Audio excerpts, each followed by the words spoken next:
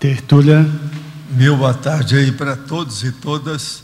Hoje é dia 29 de dezembro de 2010, quarta-feira. O verbete é o 1793, 5 páginas, 45 logias e 21 máximos. Nós recomendamos ver o detalhismo, que tem 12 máximos. O tema é racionalização. A especialidade é autorraciocinologia.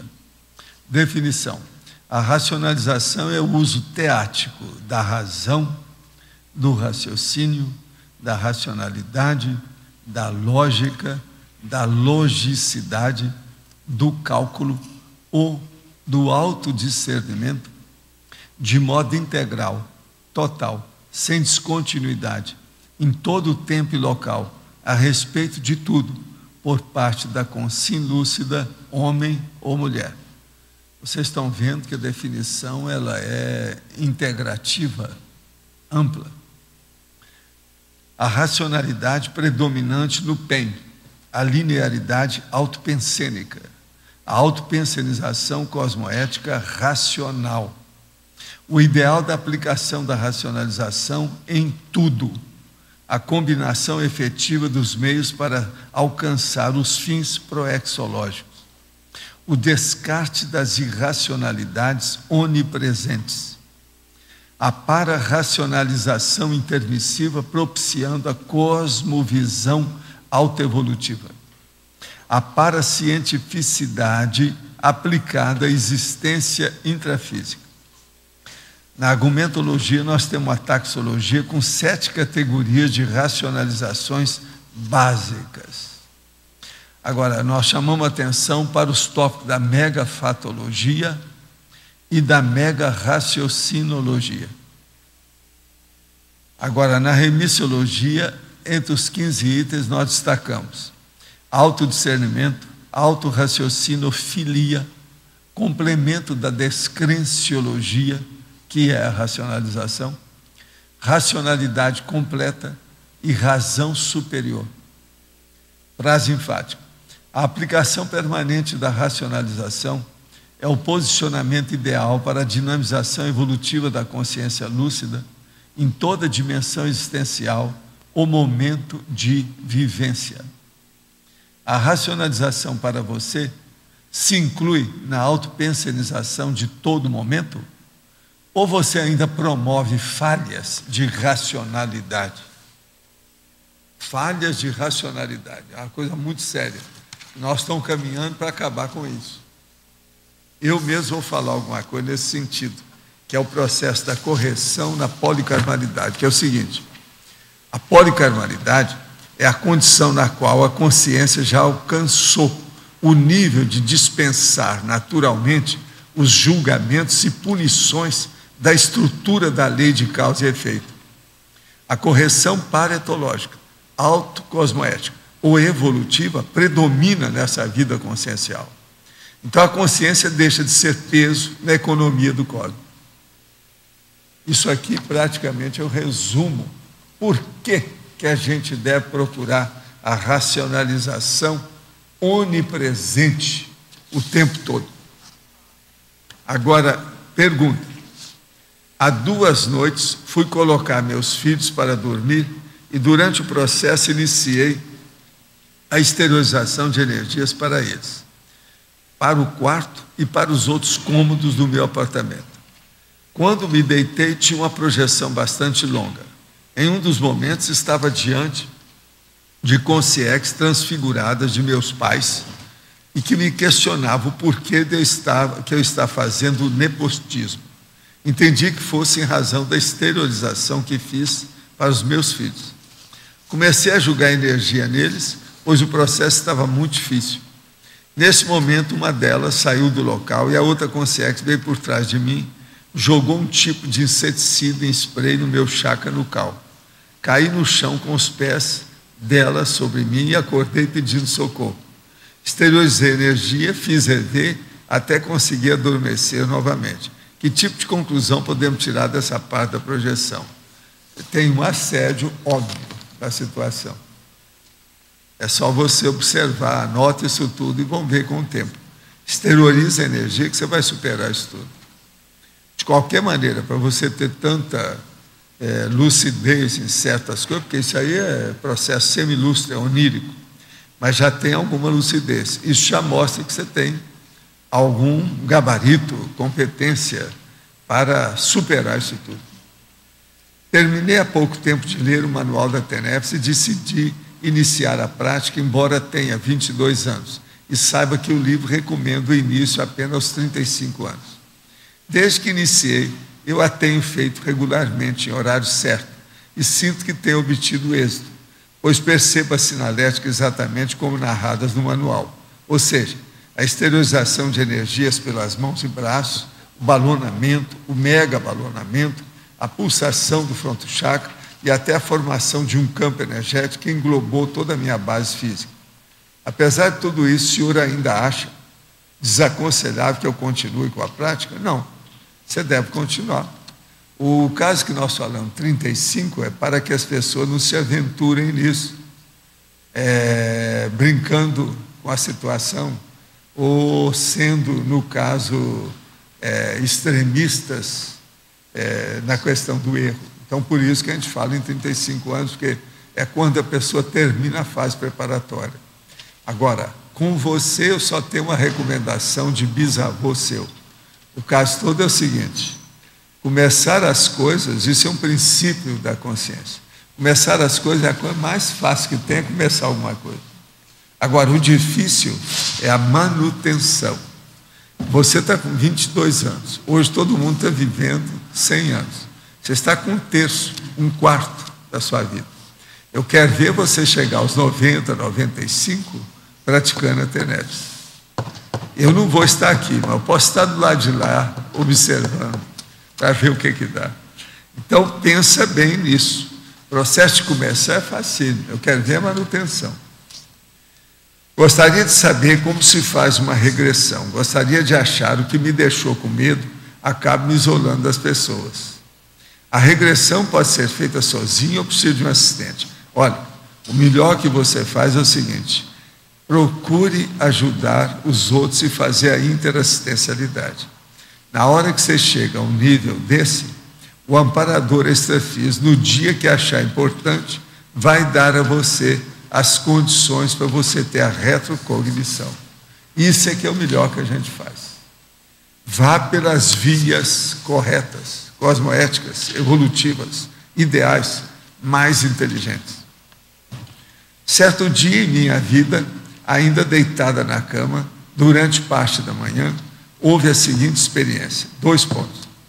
Estava acordada e vi o teto do quarto se abrindo, e uma nave surgiu dele, saíram alguns seres em minha direção, senti minha consciência em 2 corpos. Eles aplicaram uma seringa no meu corpo, na parte da barriga, que não era o físico, e colocaram um objeto em mim, de cor dourada, formato de uma bala de revólver, no mesmo local que aplicaram a seringa e foram embora. Passei o resto do dia sentindo minha barriga inchada. Pode comentar? Olha, você está descrevendo essas sensações que a turma da ufologia e dos abduzidos fazem. O problema é o seguinte: anote isso tudo, a data, todos os detalhes, para ver o que acontece. Se houve algum processo de paramicrochip, você vai saber com o passar dos anos, do tempo. Agora, tem que anotar tudo para tirar uma conclusão pelo acervo de vivência. Morei a minha infância e adolescência toda em um terreno que era de um centro de macumba. Levando-se em conta a minha condição de esponja boboca e energeticamente infantil, quando o senhor acha que aquele ambiente me fez mal, quanto o senhor acha? Há alguma possibilidade de alguma consciência daquele ambiente continuar me vampirizando, mesmo tendo 12 anos que mudei de lá? Não, o problema depende de você. Se você faz evocação desse povo, e se você propicia um holopensene receptivo para eles, eles vão atrás de você, porque eles estão atrás de vítimas, estão atrás das presas. Eles querem fazer o processo da vampirização, se for possível. De modo que, observa, Agora, eu não acho, você está falando isso com muita tranquilidade, já são 12 anos, você já deve ter, tirou já todo o processo do seu caminho. Mas pensa bem, veja se tem alguma ocorrência que você possa atribuir à influência desse povo 12 anos depois. Aí você tem que ver a vida atual, como é que está. Alguém tinha falado alguma coisa aí? É você? Do que eu falei?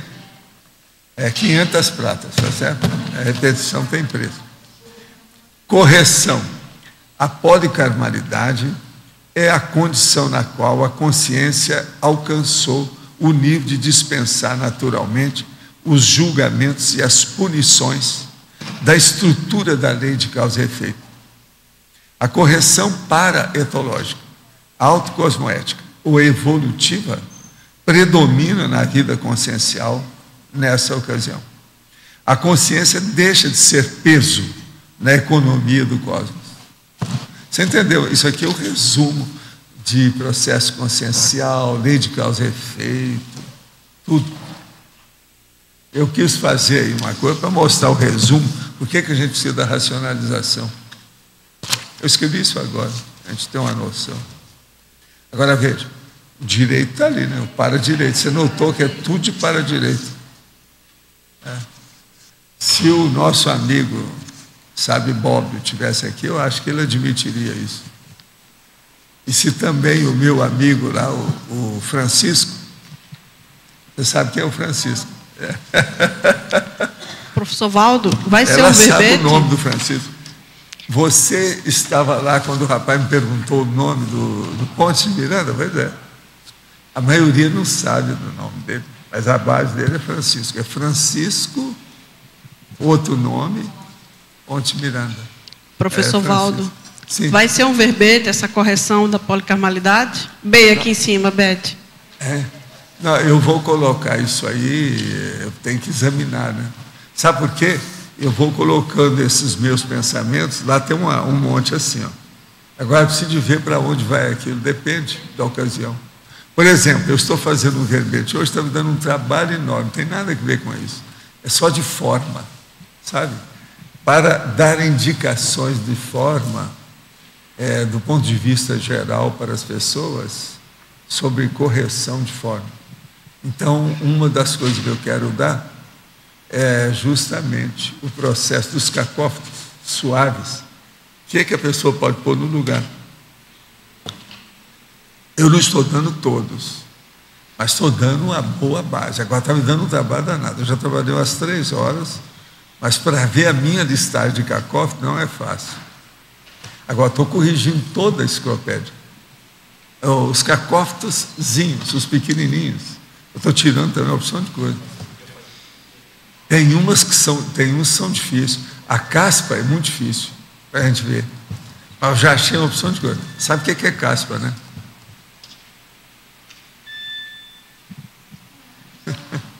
Pensa na opção de formações que tem. Eu estou olhando todos os que são de dois vocábulos. É bivocabular. Entende? Caspa, presta atenção. Paz, parecido, paz parapsicológico. Você está entendendo? Então isso você tem que tirar. Agora, uma coisa boa que pode ser feito aí, eu estou dando algumas expressões. Então eu vou dar, depois de cada um. Então é um tratamento aí, no caso, é um tratamento anticaspa. Então eu vou dar lá, tratamento anticaspa. Então, que claro, veja bem que é. Mas você não acha que, do ponto de vista geral, é interessante? Isso aí não tem no manual de redação. Agora, vocês já viram, ao por acaso aqui, vocês já leram o manual de redação na questão do cacófato? É hilário. O dia que você estiver chateada, chega lá e dá uma lida que você vai começar a rir. Não tem jeito. E outra coisa, eu não fiz nada para rir. O texto é muito sério. Mas a pessoa acaba rindo, porque tem umas coisas que não tem saída. Lá expõe tudo, claramente. Tem 2 capítulos que são horríveis, de cacófito. Entende? 2 deles. Sobre o processo da gente rir. Valdo, pode falar. Devido a esse momento que eu tenho vivido ultimamente, eu, em alguns momentos, evoquei o Ponte de Miranda. E você comentou agora no nome dele, e eu tive a curiosidade de perguntar se você sabe em que tipo de trabalho ele está realizando. Ele, de vez em quando, me ajuda aqui. O que é isso? É de casa. Ele é meu amigo. No fim da vida dele, eu tive alguns anos de contato. Entende? A gente jantava junto, visitava um ou outro. As mulheres eram assim. Comia na casa dele, via a biblioteca dele. Agora, eu gostava muito dele. Ele era muito sério, sabe? E no fim da vida, às vezes, ele tinha uma bengala, uma coisinha que ele ficava. Ele ia para jantar, esticava as pernas, tal, para se sentir bem. Agora, ele ainda trabalhava muito, mesmo no fim da vida. Ele morava numa casinha retirada, muito bem arrumadinha, lá na Prudente Moraes, lá em Ipanema, perto de casa. Por isso que a gente tinha contato. Às vezes nós íamos a um restaurante, às vezes a dona Neves, que era a mulher dele, fazia lá uma recepção, nós acompanhamos, íamos, jantávamos juntos, aquela coisa toda. Ele era um grande cara. Agora, tem gente dentro da área da intelectualidade do Brasil que acha que ele foi o maior intelectual que o Brasil já fabricou até agora.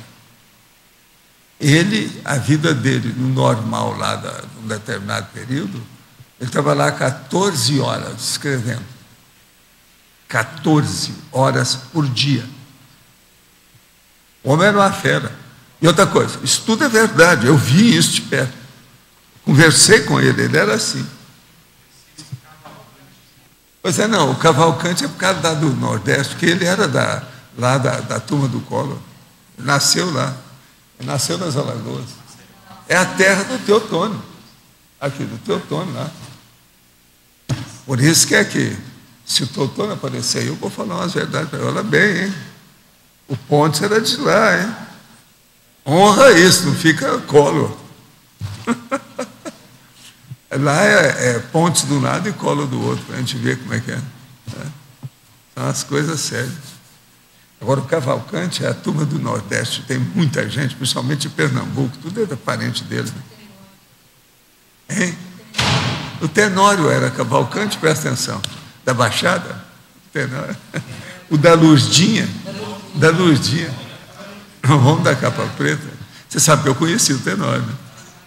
Agora, se olhar para o olho dele assim, você vê que o cara era totalmente pirado. Ele tinha o olhar de cachorro louco.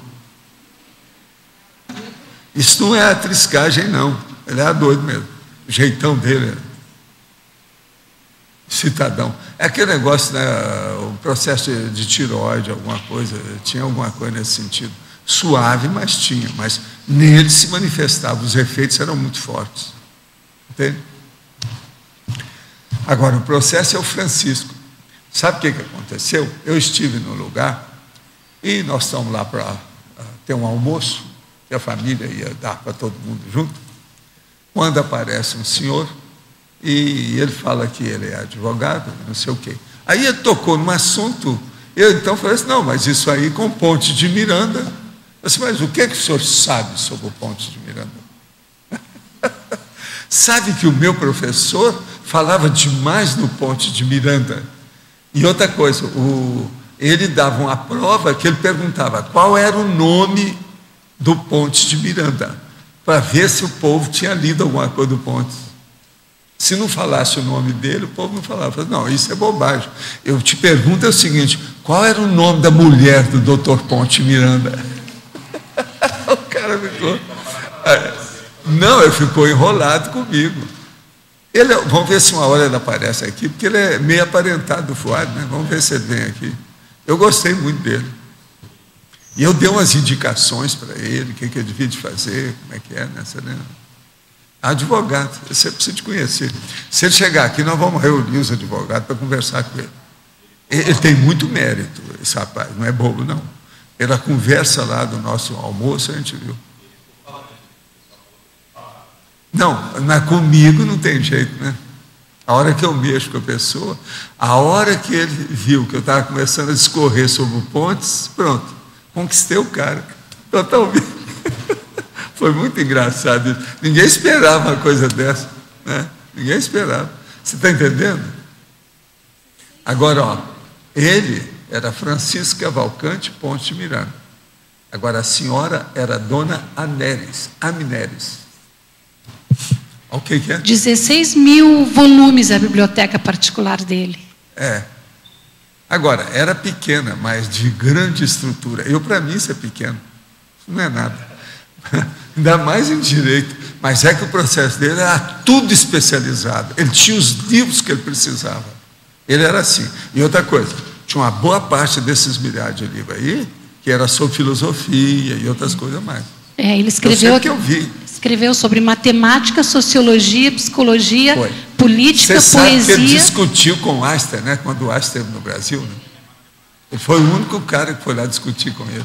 Discutiu, trocou ideia, uma opção de coisa e tal. O Pontes é formidável, pode ser seríssimo, entende? Ponderado.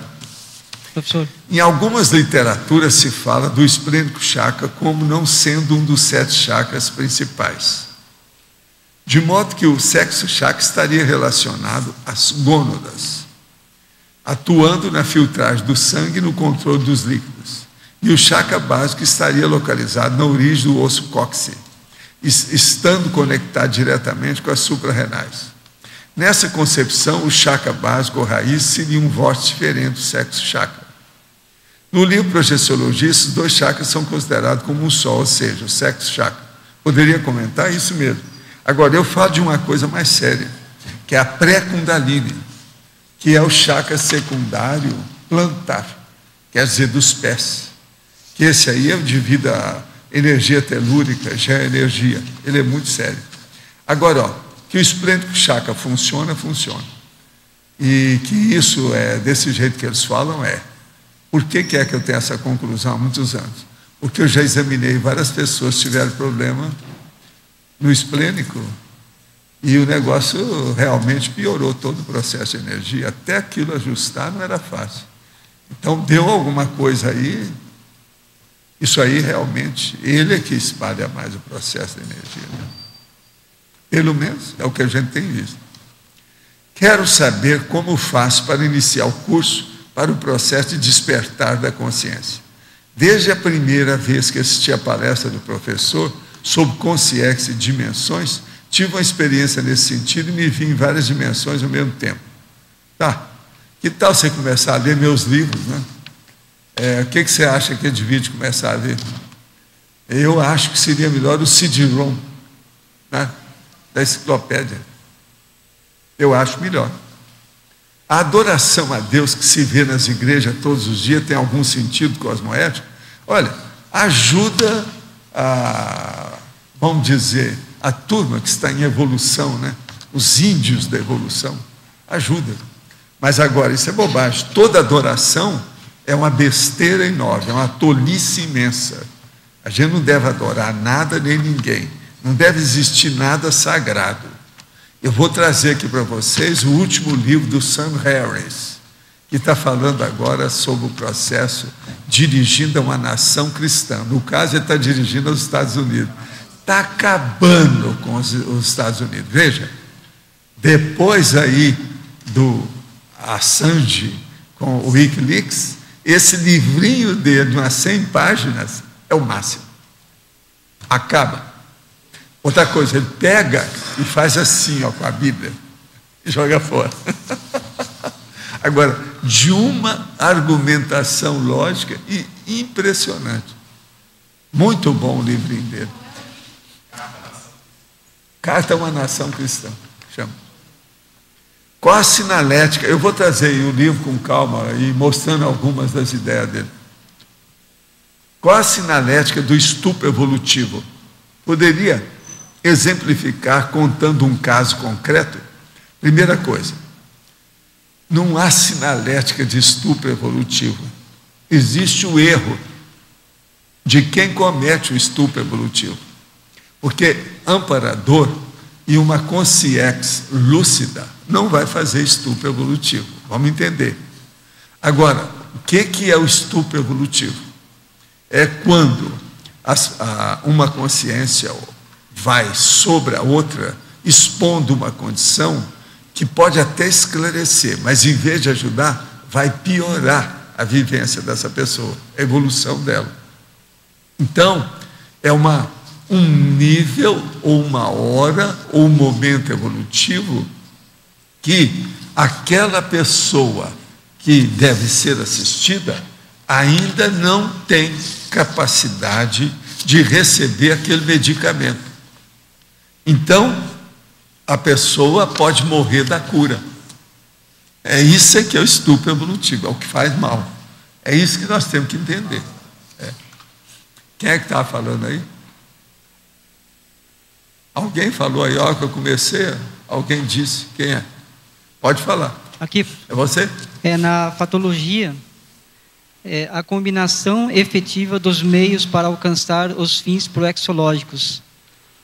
A combinação efetiva dos meios para se alcançar os fins proexológicos. O problema todo é o seguinte: nós temos hoje uma IC chamada APEX, que estuda a programação existencial. Lá eles dão curso para expor a situação. Então, são aquilo que eles gostam de chamar lá de aportes, que são as coisas que você recebe para executar a sua programação existencial. Então, você tem que ver a combinação efetiva, quer dizer, real, produtiva, inteligente, racional, daquilo que você já recebeu nessa vida e nesse corpo, para alcançar os objetivos e a realização da completude, do completismo da sua programação existencial. Esses são os meios. Não, agora os meios, é esse que nós falamos como aplicar. Os meios, por exemplo, o seu estudo formal, convencional, o que você estudou? A posição social que você tem, aonde você nasceu, na sua família, o que você faz? Enfim, o seu processo, seu currículo vitae da sua existência, a sua profissão, o que você exerce, as condições que você recebe, as possibilidades que você já arranjou, a família nuclear que te ajuda. Agora, fala alguma coisa da PEX, o que é que vocês fazem nesse sentido? Ele vai falar porque... Tá. Nessa condição da racionalização, um ponto que a gente trabalha muito lá é o princípio da convergência, que é você utilizar vários meios para alcançar um determinado fim. Então, por exemplo, a pessoa está fazendo uma faculdade, já está dentro da Conscienciologia, já conhece as ideias, e ela tem que fazer o trabalho de conclusão de curso. Se ela puder fazer dentro de um tema que já esteja relacionado com o tema de pesquisa dela, dentro da própria Conscienciologia, ela vai estar fazendo uma convergência. Na hora que ela está estudando lá para o trabalho da faculdade, ela também vai estar estudando para a pesquisa dela dentro da Conscienciologia. Então, isso faz a convergência ou a racionalização desses meios. Você aproveita muito mais. A mesma coisa, se a pessoa está no momento de escolher uma carreira e ela já sabe mais ou menos a linha da proexis dela, ela vai buscar uma carreira que tenha uma relação mais direta com aquela linha da proexis. Então, ela faz a convergência, a racionalização. Com isso, ela tem um nível de produtividade muito maior. Quer dizer que os facilitadores que a gente tem na vida da gente é o que conduz a proexis. Aí foi o que o professor Walter colocou dos aportes. Os meios, aquilo, a gente usa uma seguinte analogia, né? A ferramenta indica o ofício. Então, o instrumento que a pessoa recebe dá indicação da função que ela vai exercer. Qualquer pessoa, se for observar a própria vida, o que você dispõe hoje na sua vida? Você já sabe qual é a sua proex a partir disso. Sim. Tá. Isso tem que ser olhado atentamente, com calma. Ninguém escapa disso. Agora, com lógica, qualquer um fica sabendo. É um processo apenas de dedução. É o processo de dedução, mais nada. Tá, obrigado. Você está claro? Está claro. Quem é que está aí com o microfone? Tem alguém? Ô, Tiago, você não vai falar nada hoje? com racionalização, parece que é uma coisa que mexe com você, né? Parece, eu não sei bem, né? Eu não sei, né? Você que conhece bem o Tiago, né? Entende? Ele não falou nada, está só de olho, né? É estranho, né? Está de olho lá. É engraçado, não entendi. Ah, Professor, queria te perguntar sobre o tema racionalização, mas mais em relação às consciências que você falou de ontem, avançadas, aparecendo, e hoje no acoplamentário citaram alguns nomes também. Você sabe, então eu vou te falar o resultado disso comigo. Eu não sei de vocês, agora eu vou falar comigo. Eu ontem estava com um processo daquilo que eu chamo de euforia somática. É uma das piores coisas que eu tenho para me segurar. Eu estava com a vontade de fazer exercício, de fazer as coisas. Então o que eu fiz? O jeito é aplicar isso aí. Comecei a acertar uma opção de coisa de administração de material lá em casa, com o meu material, coisa que eu precisava de mexer, etc. Entende? Mas mesmo assim, depois fui tomar banho, você sabe, meu banho é banho atlético. Fui fazer ginástica, fazer uma opção de coisa, para ver se exauria. Por quê? Eu saí daqui lastreado. Não sei por que é que houve isso, mas eu estava com a corda toda. Não, eu olhava assim, não, posso subir na parede, não tem problema, Homem-Aranha, posso fazer isso, fazer aquilo, Shazam, você está entendendo? Estava uma loucura.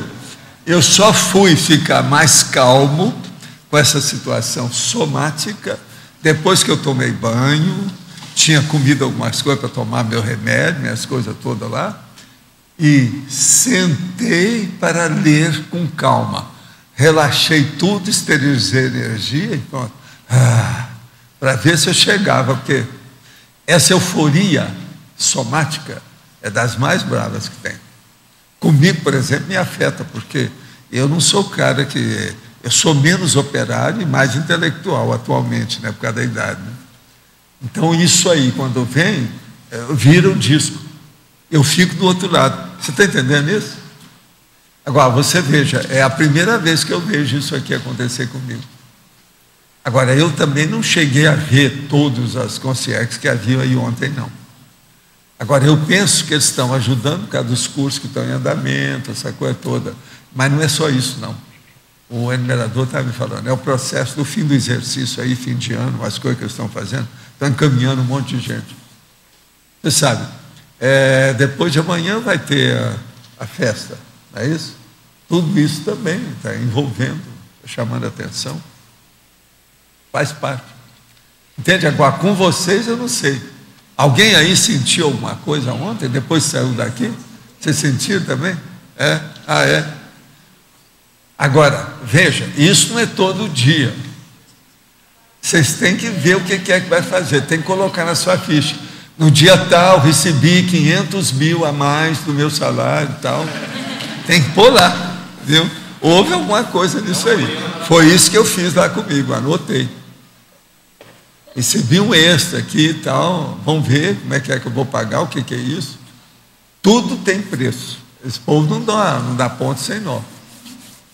Então, citaram Honoré de Balzac, citaram no acoplamentário, citaram, né? Citaram. Foi citado, alguém teve um site, lembrou, por exemplo, de Rose Garden, gente que nunca tinha ouvido falar do Eurípides Barçanufo, citou Eurípides, Honoré de Balzac.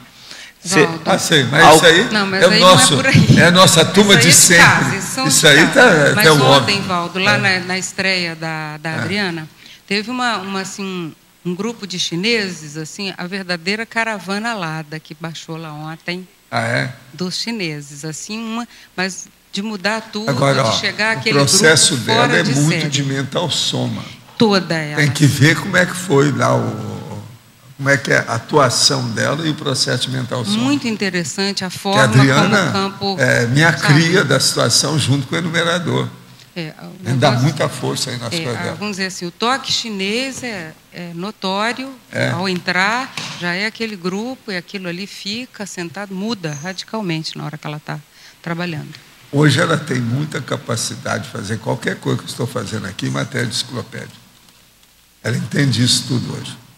Total. Facilitar, né? Isso ela dá um banho de loja, a maioria de vocês. Facilita o rapport dela com essa equipe técnica já são chinesa. Alguns anos sérios aí do processo. Ela começou tudo na base da bibliomática, lexomática, essa coisa toda, e expandiu tudo. Agora, hoje, eu tenho marcado com ela para ela trabalhar bastante no detalhismo, para ter ideia. E hoje ela acerta muito mais do que era no início, porque, entende? A pessoa desenvolve. Intelectualmente, o processo, em alguns anos, qualquer coisa que a pessoa se dedicar, ela vai longe, expande muito. E outra coisa, o ambiente nosso aqui é muito positivo. Ela sabe disso tudo, ela tira partido disso tudo. Uma outra coisa muito séria, né, Adriana? Ela é continuista. Ela não gosta de estabelecer nenhum processo de defasagem no que ela faz. Não pode haver lacuna. Então, por exemplo, no tempo, ela viaja, vai para o fim do mundo, vai fazer um monte de coisa. Ela não para dia nenhum, mesmo lá.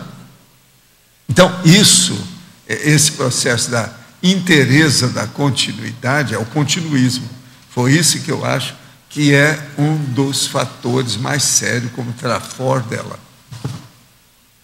Ela dá muito valor para isso, ela supera todas as deficiências e lacunas do processo para fazer a coisa sem solução de continuidade. Então, o processo é o gap, é a brecha. Ela não permite isso. Isso aí eu penso que é um dos trafores sérios dela. Isso eu já falei para ela há muito tempo.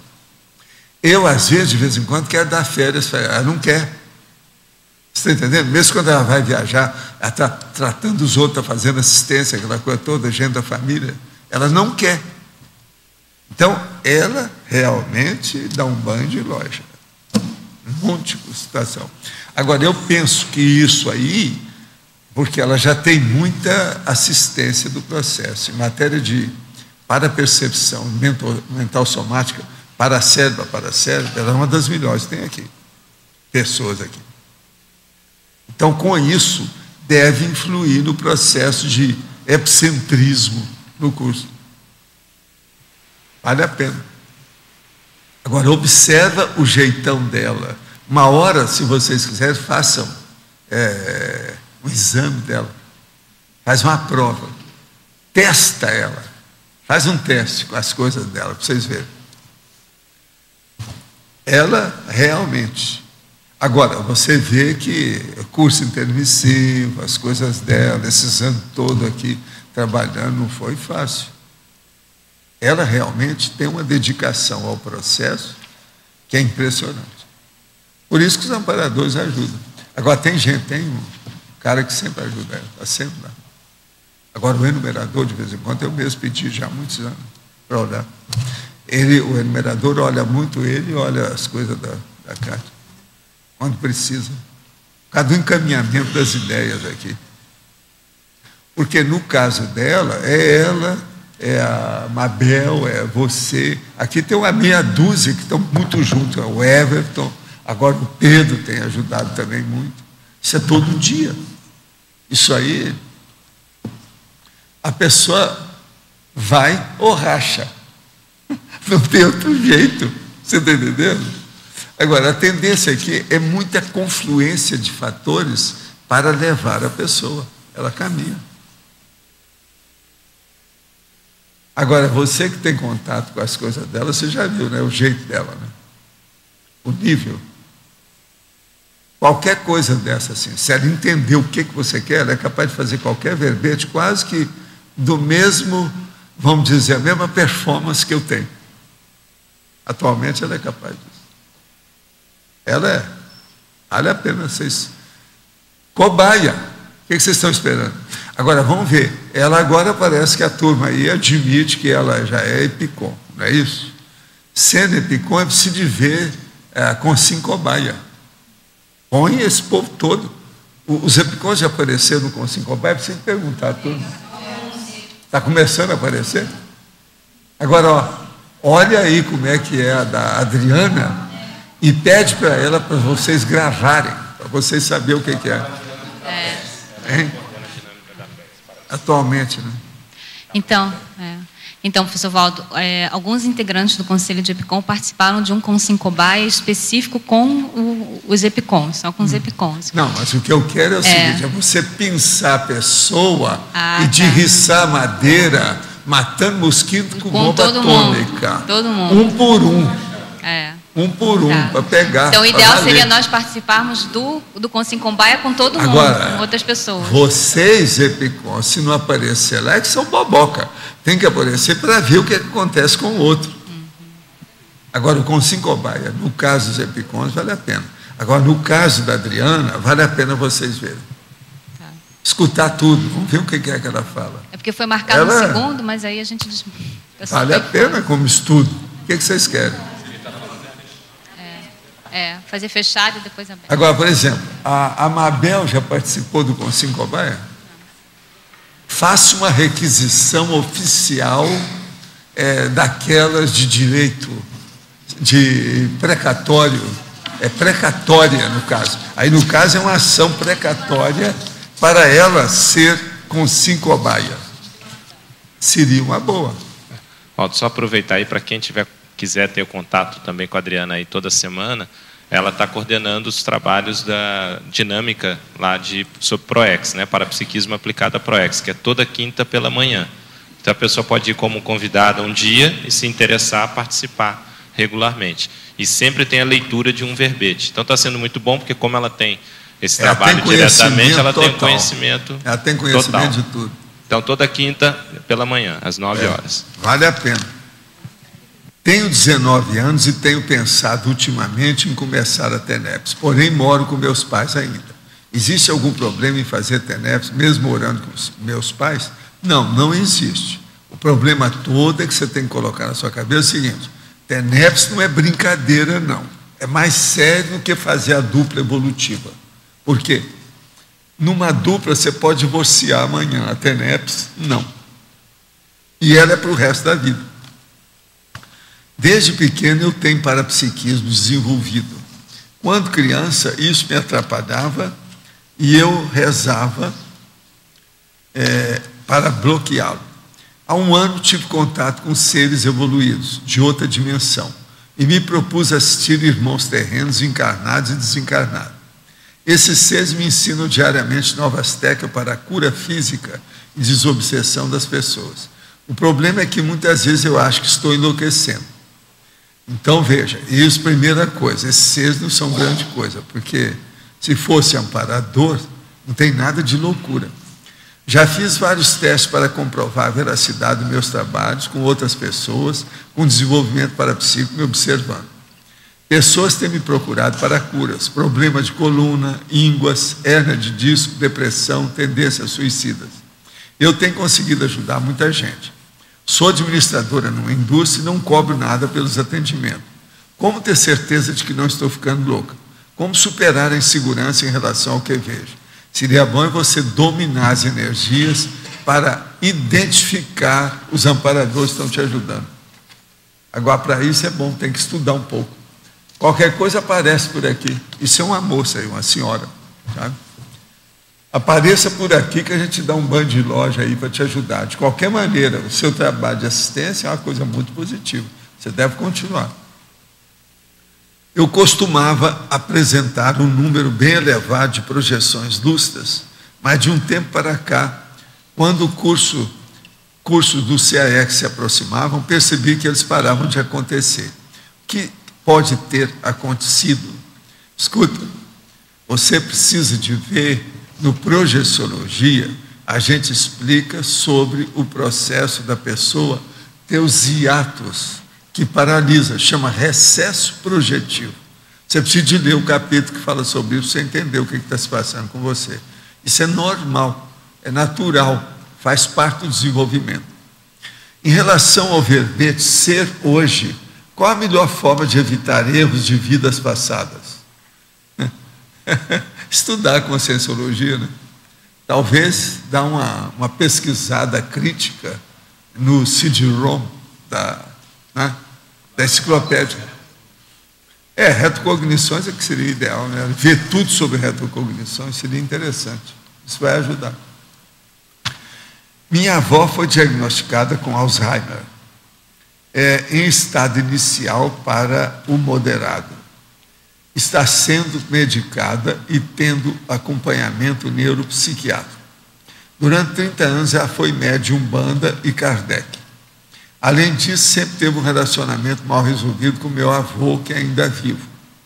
Recentemente, ela vem tendo processo de incorporação de povo de rua, pombagiras. Apliquei um arco voltaico, funcionou no desassédio na hora. Mas quando não estou presente, esse processo ocorre e fico preocupado de ela ou das consciências fazerem alguma coisa ao soma dela ou do meu avô. O que fazer nesse caso se for assédio extrafísico crônico? Está na cara que tem assédio extrafísico crônico. E outra coisa, isso aí é um caso complexo, porque Alzheimer com semi-possessão é das piores coisas que tem. Tem que trabalhar muito. A primeira coisa, ela deve ter um cuidador o tempo todo, 24 horas por dia. Isso é que é o ideal. Nessa altura dos acontecimentos, isso não pode ser esquecido. Por quê? Aí tem 2 fatores sérios. Alzheimer e semi-possessão. É das coisas mais bravas que tem. Claro. Pode falar. Então, pelo que eu entendi, o Alzheimer tem sempre a questão da semi-possessão ou há exceções? Não, há casos que não tem, às vezes é só a pessoa. Às vezes a pessoa está tão alterada que não dá para fazer assédio nela. Ela não responde ao assediador. Entendeu? Entendi. Agora, nesse caso aí, está no meio termo. Como ela, antes, essa senhora tinha desenvolvimento parapsíquico de alguma coisa, pelo menos era média incorporação, durante 30 anos, média Umbanda. Então, isso aí não é fácil. Entende? Ela precisa de cuidador o tempo todo. Porque pode ocorrer acidente sério, brabo, que é aquilo que eu chamo acidente de percurso. Pode levar uma marca pecar. Entende? Professor, a pessoa que tem tendência a pensar demasiadamente, a pensar bastante, ela pode ter uma tendência à racionalização maior quando isso aí começa a ter lógica, ter mais discernimento? Não quer dizer nada isso não. Está cheio de doente mental que tem verdadeiro enxurrio de pensamento. Isso não quer dizer nada. Só porque a pessoa pensa muito, não quer dizer que ela seja homeostática, sadia, equilibrada, harmonizada consigo mesma. Tem que examinar, tem que ver qual a qualidade da autopensenização dela, para a gente ver como é que é. Agora, uma pessoa mesmo, que ela tenha e que seja razoavelmente equilibrada, ainda a gente não sabe se ela é racional ou não. Ela pode pensar muita coisa com equilíbrio, mas apenas de um ponto de vista, por exemplo, assim, subcerebral, com muita comoção e outras coisas mais. Então, a racionalidade também é relativa. Porque precisa do discernimento, da cosmoética, tudo nesse... Tem o equilíbrio. Então, o ideal é o seguinte: autopensenização retilínea. No caso, racional, levada para a intelectualidade. Isso eu estou falando o ideal, né? Aquilo que a gente deve procurar. É a melhor meta sobre esse aspecto da racionalização. A característica principal aí é a mental somática, de certa forma, quando começa... Sempre é a mental somática. Então, Adélio, a gente tem que começar a colocar, e tudo que a gente pensar, lembrar disso. A evolução a gente caminha para a racionalidade, para a interassistencialidade, para o discernimento. Quem tem mais discernimento tem mais evolução. E fim de papo, não tem outra saída, não adianta fazer negocinho, não adianta fazer desconto, não adianta dourar a pílula. Entendeu como é que é? Ou é isso ou não é. Então você fica para ser serenão noutra. Nessa não vai dar. Entende? Então, são várias coisas. Aí, entra a cosmoética, entende? Entra a hiperacuidade, entra o parapsiquismo, tudo sai junto. Aí então vem autodesassédio, autocrítica, tudo, é a confluência. Você veja, a conscienciologia põe a pessoa no lugar dela e vê o que é que você é, ou o que você quer. Quer a saúde ou quer a doença? Você quer evoluir ou quer regredir? Fica tudo claro. Porque nesse caso a racionalização é o foco, tirar o foco do mente do psicossoma. É o foco que a pessoa pode chegar no discernimento. Sem discernimento ela não faz nada que presta. Acabou o discernimento, a pessoa está perdendo a vida, perdendo todas as oportunidades, todos os inputs, entende? Todos os desempenhos, toda a performance, tudo vai por água abaixo. Porque nesse caso você domina o contexto emotivo, psicossomático e foca no mental somático, então, racional. Do ponto de vista físico, a primeira coisa que a gente devia te perguntar para todo mundo é o seguinte: estende sua mão. Se estiver tranquilo, aí a gente pode continuar a conversa. Se estiver assim, não adianta. Não adianta falar muito ainda, que não vai resolver. A pessoa não tem gabarito de entender tudo que você vai falar. Mas pode falar, Rosa. Eu estava pensando aqui num contraponto entre a racionalidade intrafísica e a racionalidade extrafísica, né? Para saber o que mudava. Achei que o que muda é a variável tempo. Não sei se procede. Assim, aqui, quando você está com raciocínio, com intrafísico... Risca fora isso, antes que você acabe de falar. O tempo você risca fora e o espaço você risca fora. No porque a consciência é superior a isso. No extrafísico? Não, em qualquer lugar. Depende da pessoa. Por exemplo, você está aí. Se você tem uma boa pensionização, tem discernimento da situação, você vai superar tanto o espaço onde você está, que é aquilo que eu falo, o local de poder, como também o momento evolutivo. Você sabe, que nível é esse momento evolutivo? Qual o percentual de seriedade ou de gravidade que tem esse momento evolutivo? Você vai saber tudo. Quanto que eu preciso de ponderar nesse momento evolutivo em relação aos outros? Então, espaço e tempo, você manda para o espaço. Aqui. Espaço e tempo, você manda para o espaço. Para o escambau, né, como nós falamos. Então, assim, no desenvolvimento parapsiquismo, uma das questões seria abrir mão do espaço e tempo. É o que junta as pontas. O parapsiquismo liquida com o problema, vamos dizer, a barricada da multidimensionalidade. Coloca tudo claro. Outra coisa, a cosmovisão entra nisso.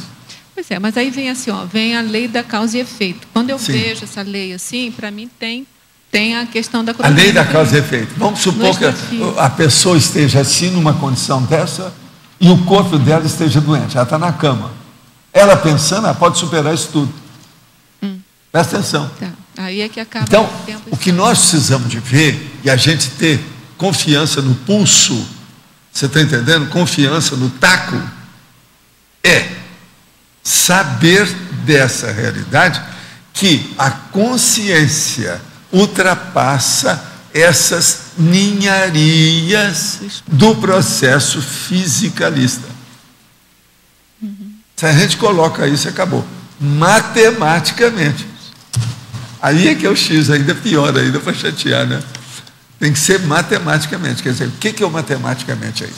Racionalmente, dentro de um discernimento avançado. Quer dizer, fazendo a distinção de tudo que tem, todas as variáveis. Eu acho que com o tempo, a turma aqui, a maioria, vai começar a raciocinar nesse nível. E todas as, vamos dizer, aberturas vão ficar escancaradas, as portas. E o ideal é, no tempo, a gente derrubar as portas, parede, janela, deixar tudo devassado. Esse aqui é o caminho. Agora, essas variáveis que eu estava falando aí, Adélio, tem que acrescentar algumas nessas que eu falei. Isso não tem jeito de fugir. Por aí vocês vão ver por que é que eu entro em detalhes, que às vezes o povo nem espera, né? São detalhes assim, bruscos, ou abruptos, ou inesperados, surpreendentes. Esse, por exemplo, de hoje é uma coisa normal, racionalização. Mas de vez em quando eu tenho uns aqui que o povo... É muito importante. É o problema do detalhismo, da exaustividade. Para a pessoa ver a fímbria, a nuance da situação, para ver como ela, consciência, é complexa.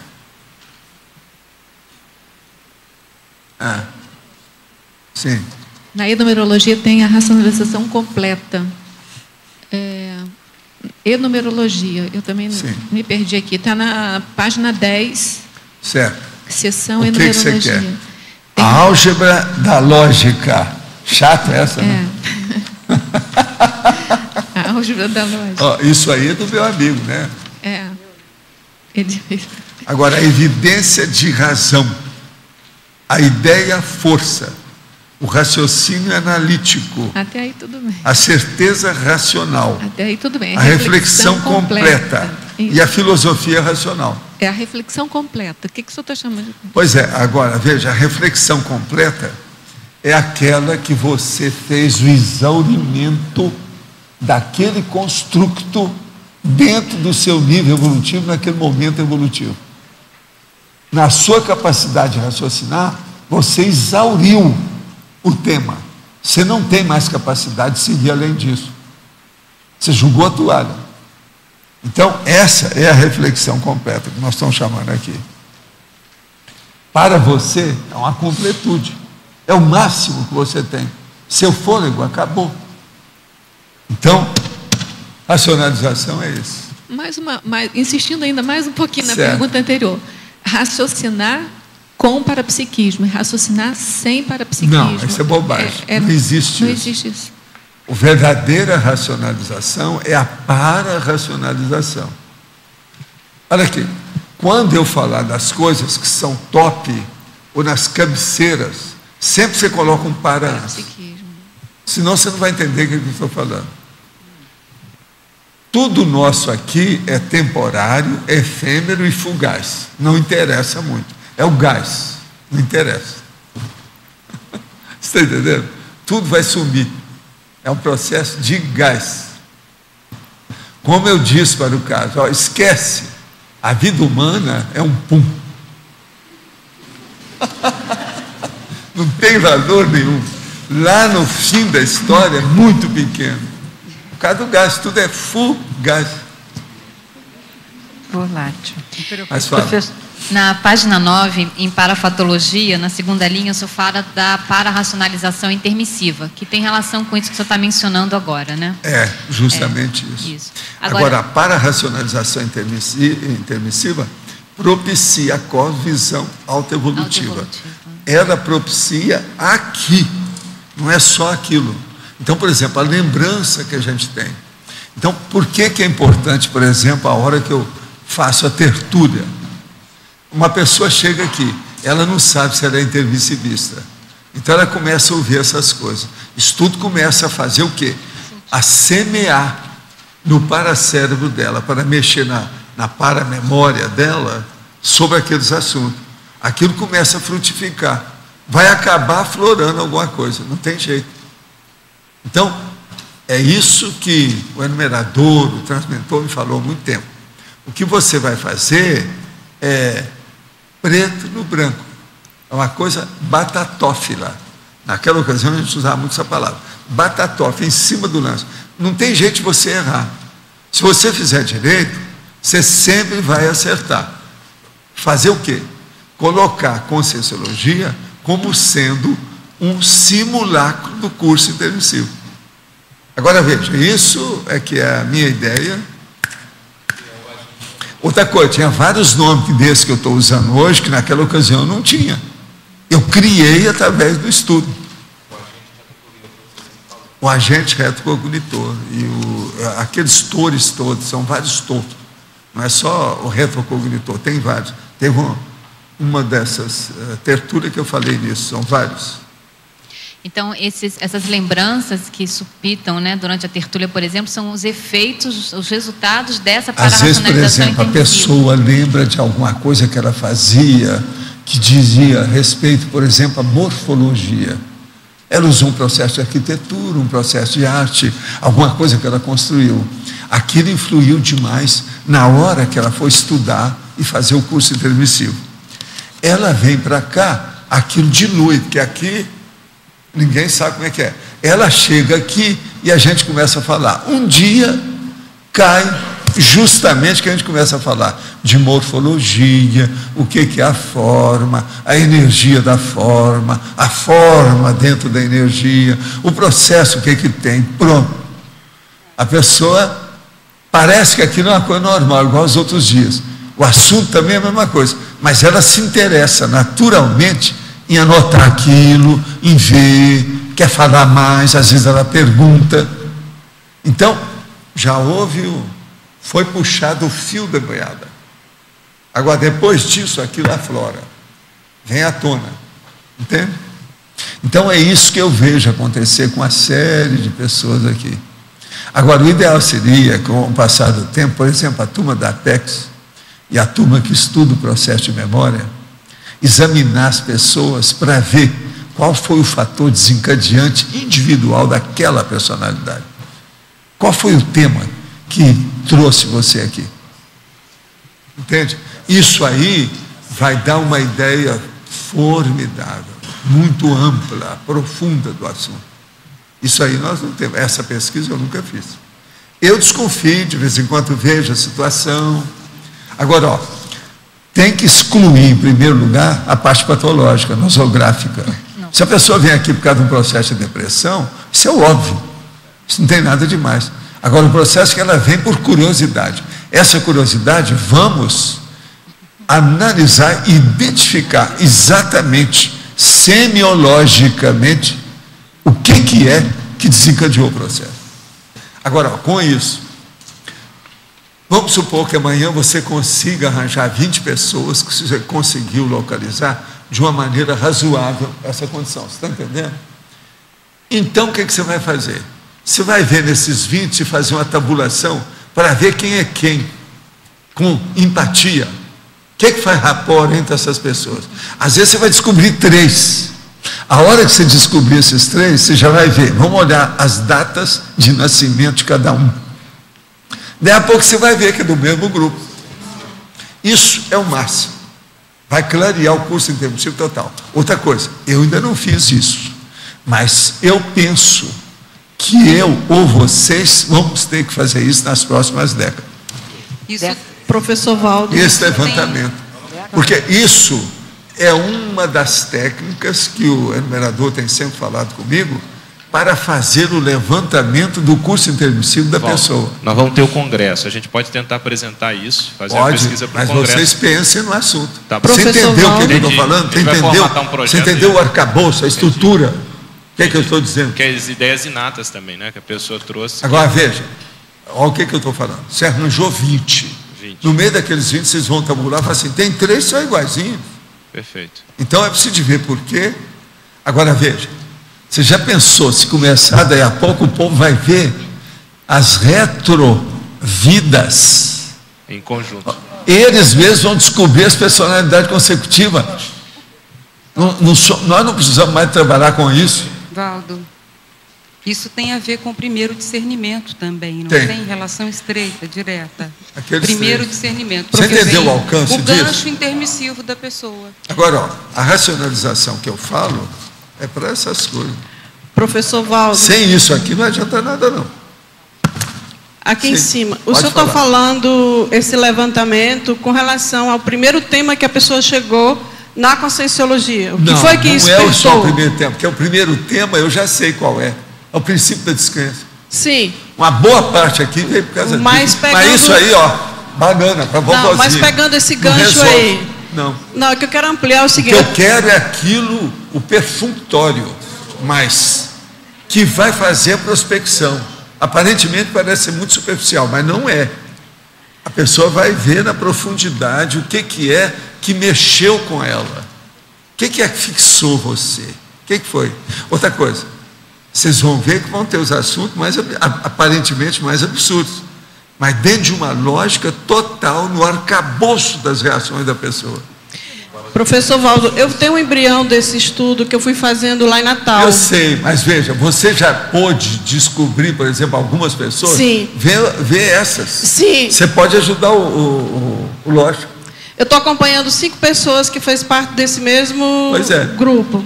Mas agora, é preciso saber realmente, sem exagero, sem ajudar a pessoa. Não pode fazer pergunta que já tem a resposta. Sim. Tem que ser tudo espontâneo. E outra coisa, bastante heterocrítica nisso. Agora, Valdo, você comentou desses 20. Qual o critério de seleção dos 20? Pois é. Para a gente ter, qual seria o critério de seleção? O critério de seleção é o seguinte: tem que começar a pessoa virgem, 0 quilômetro. Como assim? Ela, por exemplo, ela chegou aqui. Então você vê o jeitão dela. Se ela tem alguma possibilidade, propensão, enfim, ela é promissora, você já vai começar a estudar o que é. Primeira coisa, ela tem que ter alguma disposição de pesquisa, algum estudo, uma tendência intelectual, que é melhor para você entrar nisso. Entende? Porque senão fica muito difícil. Mas aí, nesse caso, por exemplo, pessoas que têm no máximo ela chegou com isso. Aí depois, ela passou aqui 3 dias, 1 semana, 10 dias. Na hora dela ir embora, você chega para ela. Eu já falei para vocês analisar esse povo. Esse nosso cara que chegou aqui, aquele dia, que eu falei que vocês fizeram a cariação. Isso aí, tem certas pessoas, você devia fazer isso toda semana. Vocês ainda não viram o alcance que vocês têm. Vamos dizer, a massa crítica, e vamos dizer, a massa cinzenta, os paracérebros que vocês têm à mão para estudar, vocês estão desperdiçando isso tudo. É verdade. Não é verdade? Você já tem um monte de gente aí que sabe disso. Você mesmo já falou isso também. Vocês desperdiçam, vocês jogam fora antes da hora. Agora, então, por exemplo, ela passou aí 3 dias, 5 dias, 1 semana, 10 dias. Na hora dela ir embora, você vai chegar para ela e fala aqui no microfone. Quem que é que você chamou a atenção de você em matéria de ideia na hora que você veio para cá? O que é que você está levando como uma ideia básica na sua cabeça que você não trouxe para cá? Há 10 dias você não veio com isso. O que é que você está levando aí atrás dessa sua testa? Qual é a ideia que você pegou aqui? Com isso aí não tem jeito. Você vai pensar o que é a pessoa. Agora, por exemplo, aqui nós não fizemos nada disso. Eu uma vez lá no Instituto, na Ipanema, me deu a vontade terrível de ver isso, a hora que apareceram umas pessoas que vieram do Nordeste. Você está entendendo? Que eu vi aquilo tudo aflorando assim, ó. Eu falei assim, uma pena, ainda não está na hora. O enumerador falou, não, agora não é hora. Valdo, então... Isso faz uns 12, 13 anos por aí. Então, um critério de seleção da amostra seria esse, tipo, pouco tempo de conscienciologia. Vamos dizer, no máximo um ano. No máximo um ano. 0 quilômetro, No máximo um ano. Por exemplo, 1 ano, é uma boa.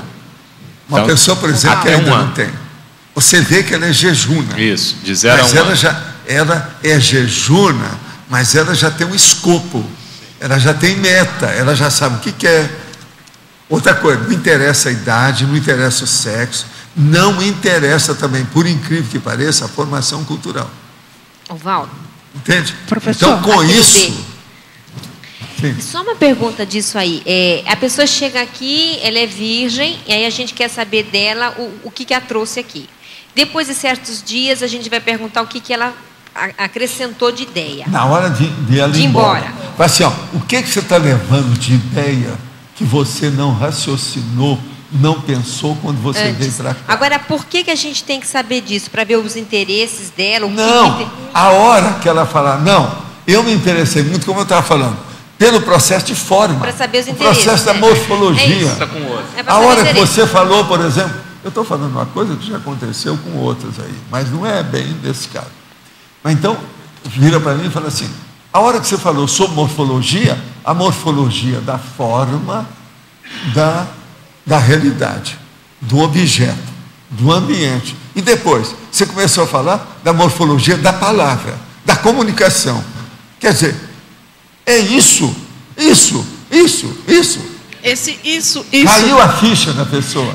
A hora que ela viu aquilo, esse é um caminho para mim.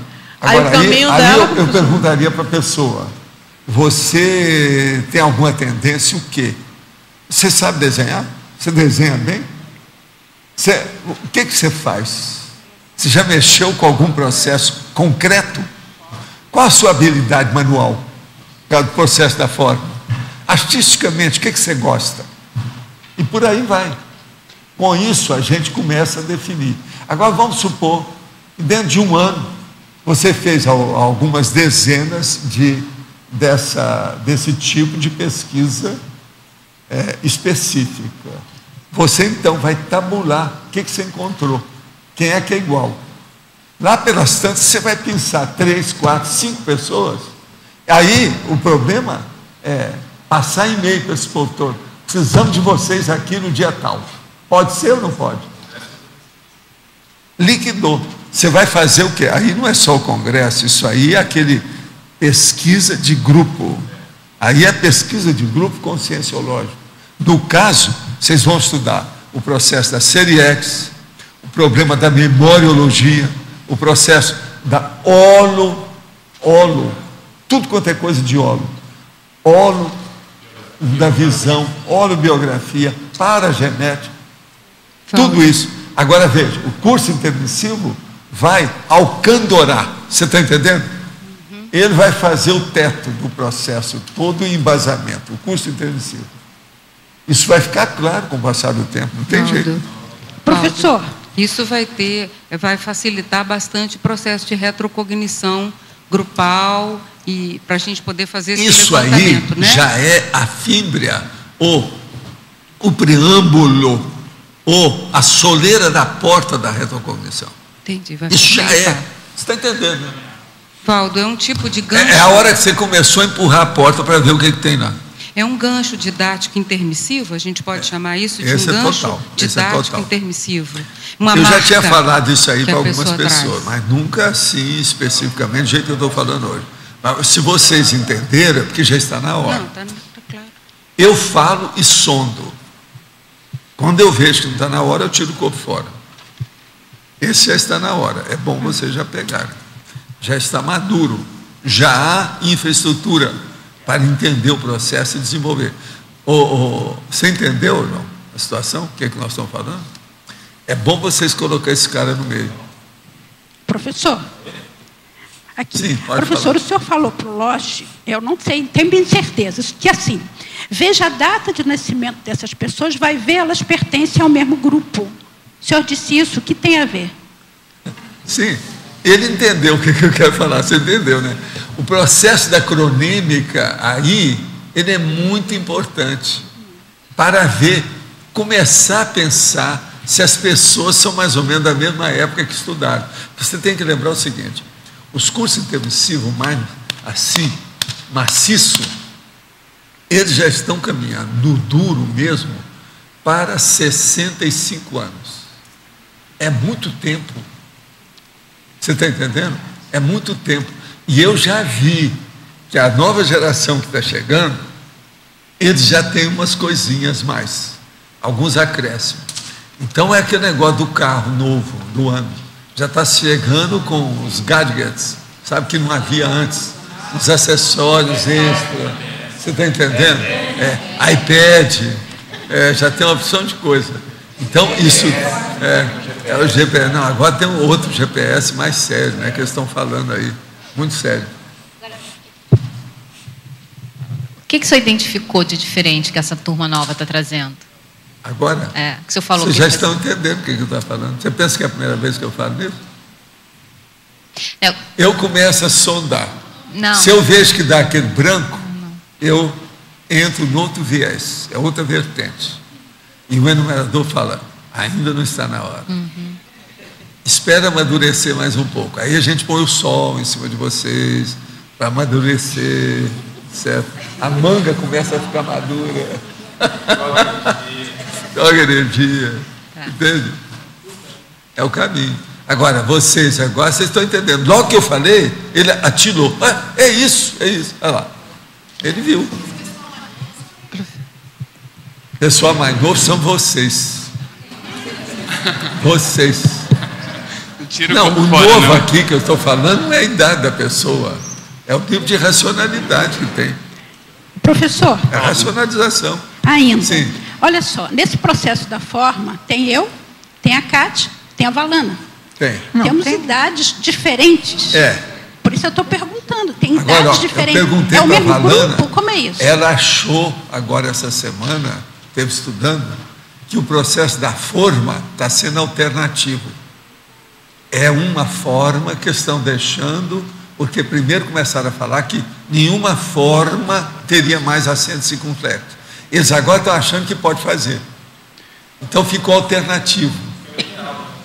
É o ideal. Então eu vou conversar com o Antônio, eu estou esperando o Antônio chegar aqui, porque eu vou colocar então toda a forma da enciclopédia com circunflexo. Porque eu queria fazer isso no início. Aí eles temaram comigo, não, mas nova ortografia não pode pôr. Agora ela chegou à conclusão que os caras voltaram atrás. Diz que é a única exceção que tem de circunflexo. Você já viu isso?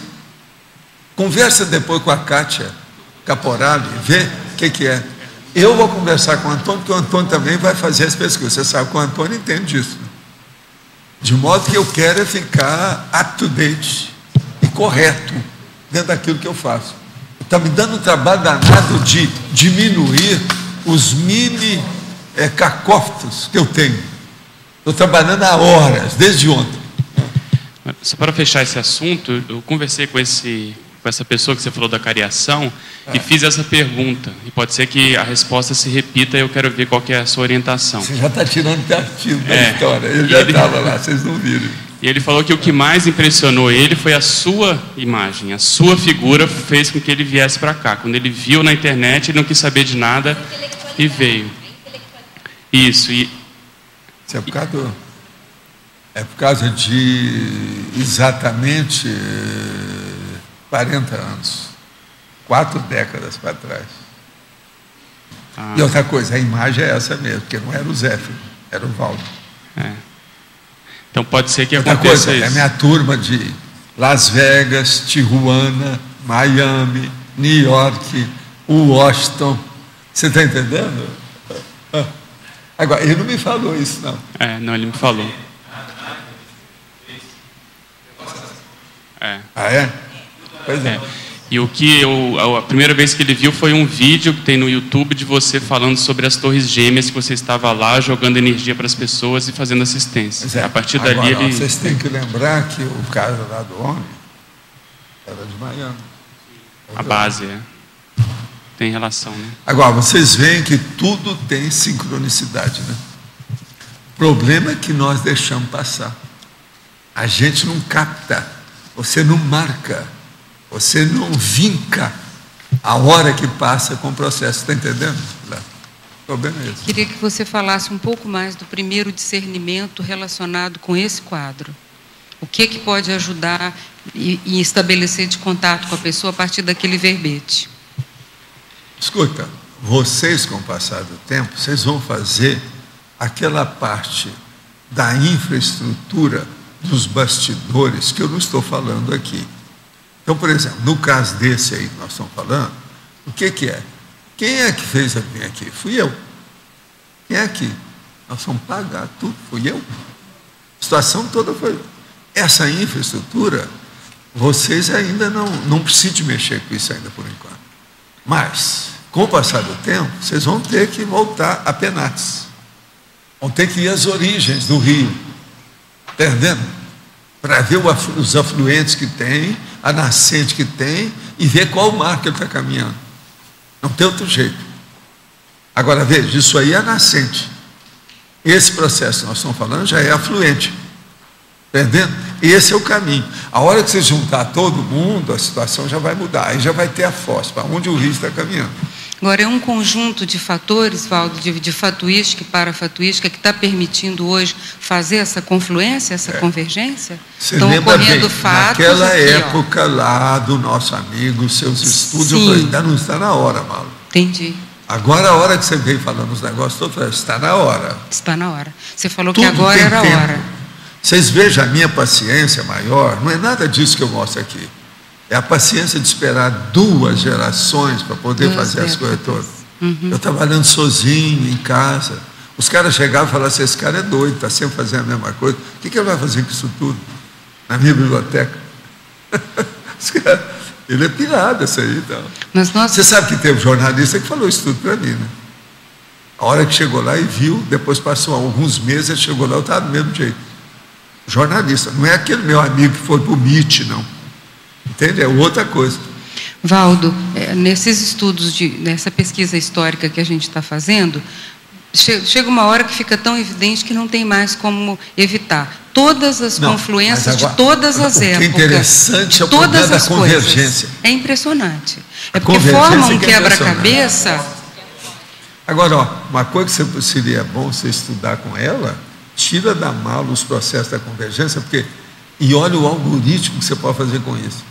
Sim, porque você vai ver... Por exemplo, essas 51 pessoas que ela já tem. Cadê a Mi? Por que isso aconteceu? Isso tudo é convergência.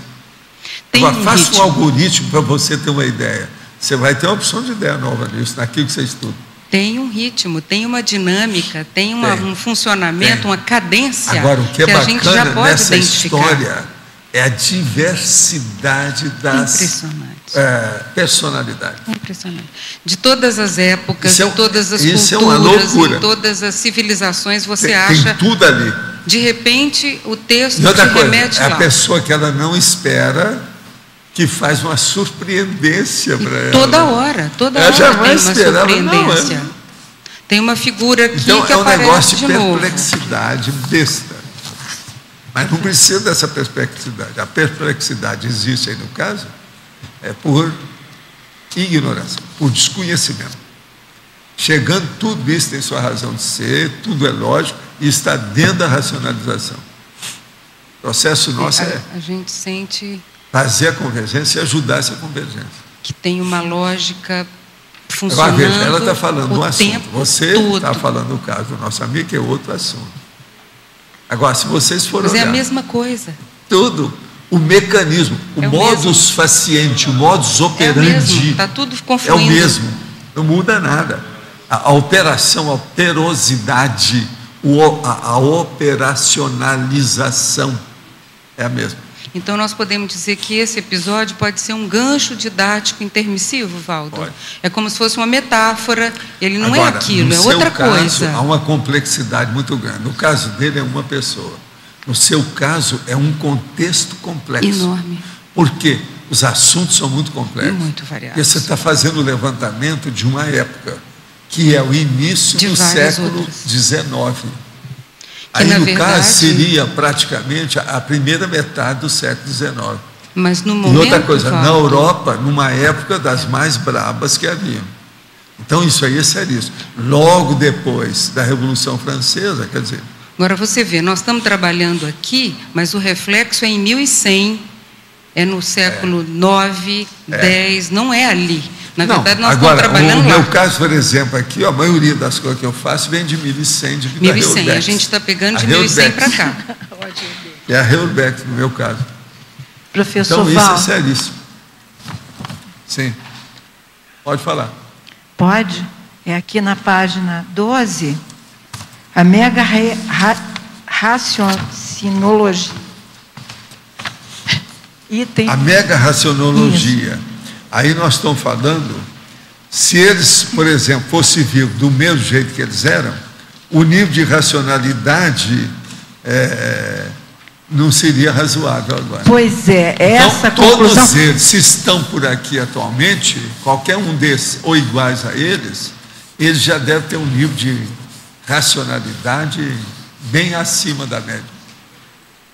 Porque agora, se eles fossem igualzinho que eles foram, estavam no buraco nessa época. Professor, aqui o senhor está dizendo que o nível de racionalidade não era nem razoável. Não. Isso. Não era. E nós podemos provar para isso. Por exemplo, o nosso amigo, eminente amigo, que a gente está falando aqui. Não, o primeiro, Sócrates. Sócrates. Começa pelo Sócrates. Sim. Você não acha que é uma besteira imensa ele ser contra o registro do conhecimento? E ele era totalmente. Ele tinha raiva disso. Porque ele não escreveu em tese, já que nenhum livro ele já não escreveu por causa disso, mas não é isso. Ele era contra o registro. Ele achava que tinha que estar ouvindo o que ele estava falando, as coisas todas. Já eu sou o contrário dele. Eu cheguei aqui e falei assim, olha, o registro é muito importante. Cadê o laptop de vocês? Olha aí o laptop. Agora, então veja, isso é o só. Estou falando uma coisa, mas tem mais. Agora, o J. Cristo, você não acha que é uma besteira enorme? O cara está lá, se envolveu com aquilo tudo, e ele começa a se colocar como se fosse um Deus. Eu sou o caminho, a verdade, a vida, eu sou a luz do mundo. Ninguém vai ao Pai senão por mim. Agora o pior, cheio de escravo por todo lado, ele não fala nada a favor dos escravos. Isso até o século XIX. Depois vem o Paulo de Tarso falando que os escravos devem obedecer seus senhores. Tudo por quê? Não falou nada. Professor, piorou tudo. Professor, até o século XIX estava a escravatura aí aqui agora, no Brasil, na Europa, Daniel, e não falavam nada. Que no século do J. Cristo é que teve o maior nível de escravatura na Terra. Sim, era total. Isso é que é um negócio bravo. A população era menor, mas a escravatura, percentualmente quase falando, 100%. Muito maior. Quase 90%. E ele não tocou nesse assunto. Sim. Agora, vocês olham, os descendentes o povo que pegou o cristianismo, Paulo de Tarso, por exemplo, fala, a gente tem que obedecer. Os escravos devem obedecer a seus senhores. Está entendendo? Uma vergonheira. Professor, está na Bíblia. Então, veja, isso você está acha na que Bíblia. tinha racionalização? Uma outra coisa. Professor, você acha que o J. Cristo tinha racionalização? A hora que ele faz um negócio numa vara, um negócio todo, e vai lá e começa a bater nas costas dos caras que estão na porta vendendo, do templo. Vendilhões do templo. Pois é. Nem razoável.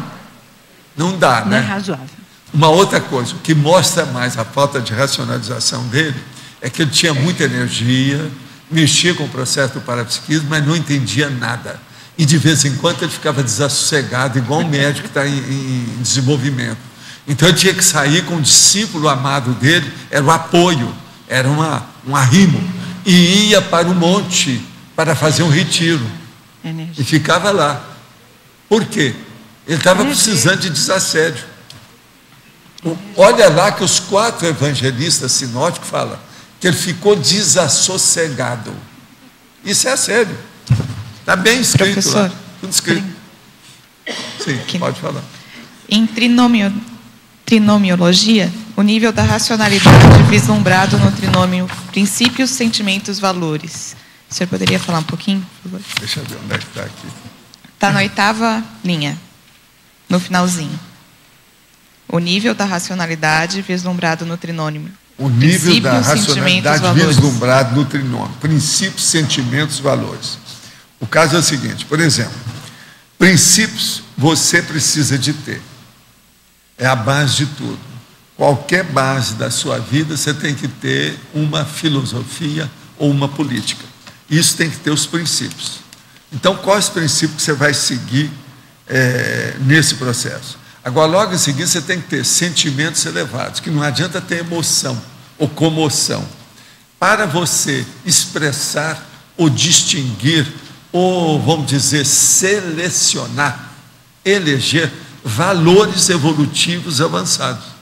Então, com isso, você tem esse trinômio, princípios, sentimentos, valores. Com isso, você alcança um nível de racionalidade maior. Você entendeu, né? O que a gente quer dizer? O princípio, os sentimentos avançados e os valores que você escolhe. Aqui tem sentimento por quê? Porque precisa de pegar tudo, a vivência também que você tem nos seus valores. Tem valores nossos que tem que entrar no processo de sentimento. Por exemplo, a família nuclear, a dupla evolutiva, os descendentes que a pessoa pode ter. Então, isso tudo é muito importante no trinômio. O que você queria? Taxologia, os 7 itens da taxologia. O que você quer? Estariam explicitando as bases da auto-organização? É a racionalização. Você veja bem, autoevolução, autoexpressão, alta preensibilidade, apetite, emocionalismo, gastos e trabalho. São as partes práticas aqui objetivas que não pode escapar. A gente tem todas elas aí, são 7. Agora, veja o resto, que você vai ver o resto. Exemplo, a respeito da mega máquina Sim. Seria o modus operandi a racionalização, a racionalidade é a mega máquina indispensável para moer, triturar, esfacelar, esmigalhar mitos, tabus, crendices, superstições, idolatrias, sacralizações e absurdidades multisseculares e milenares de todas as origens e natureza. O modus operandi da reciclagem.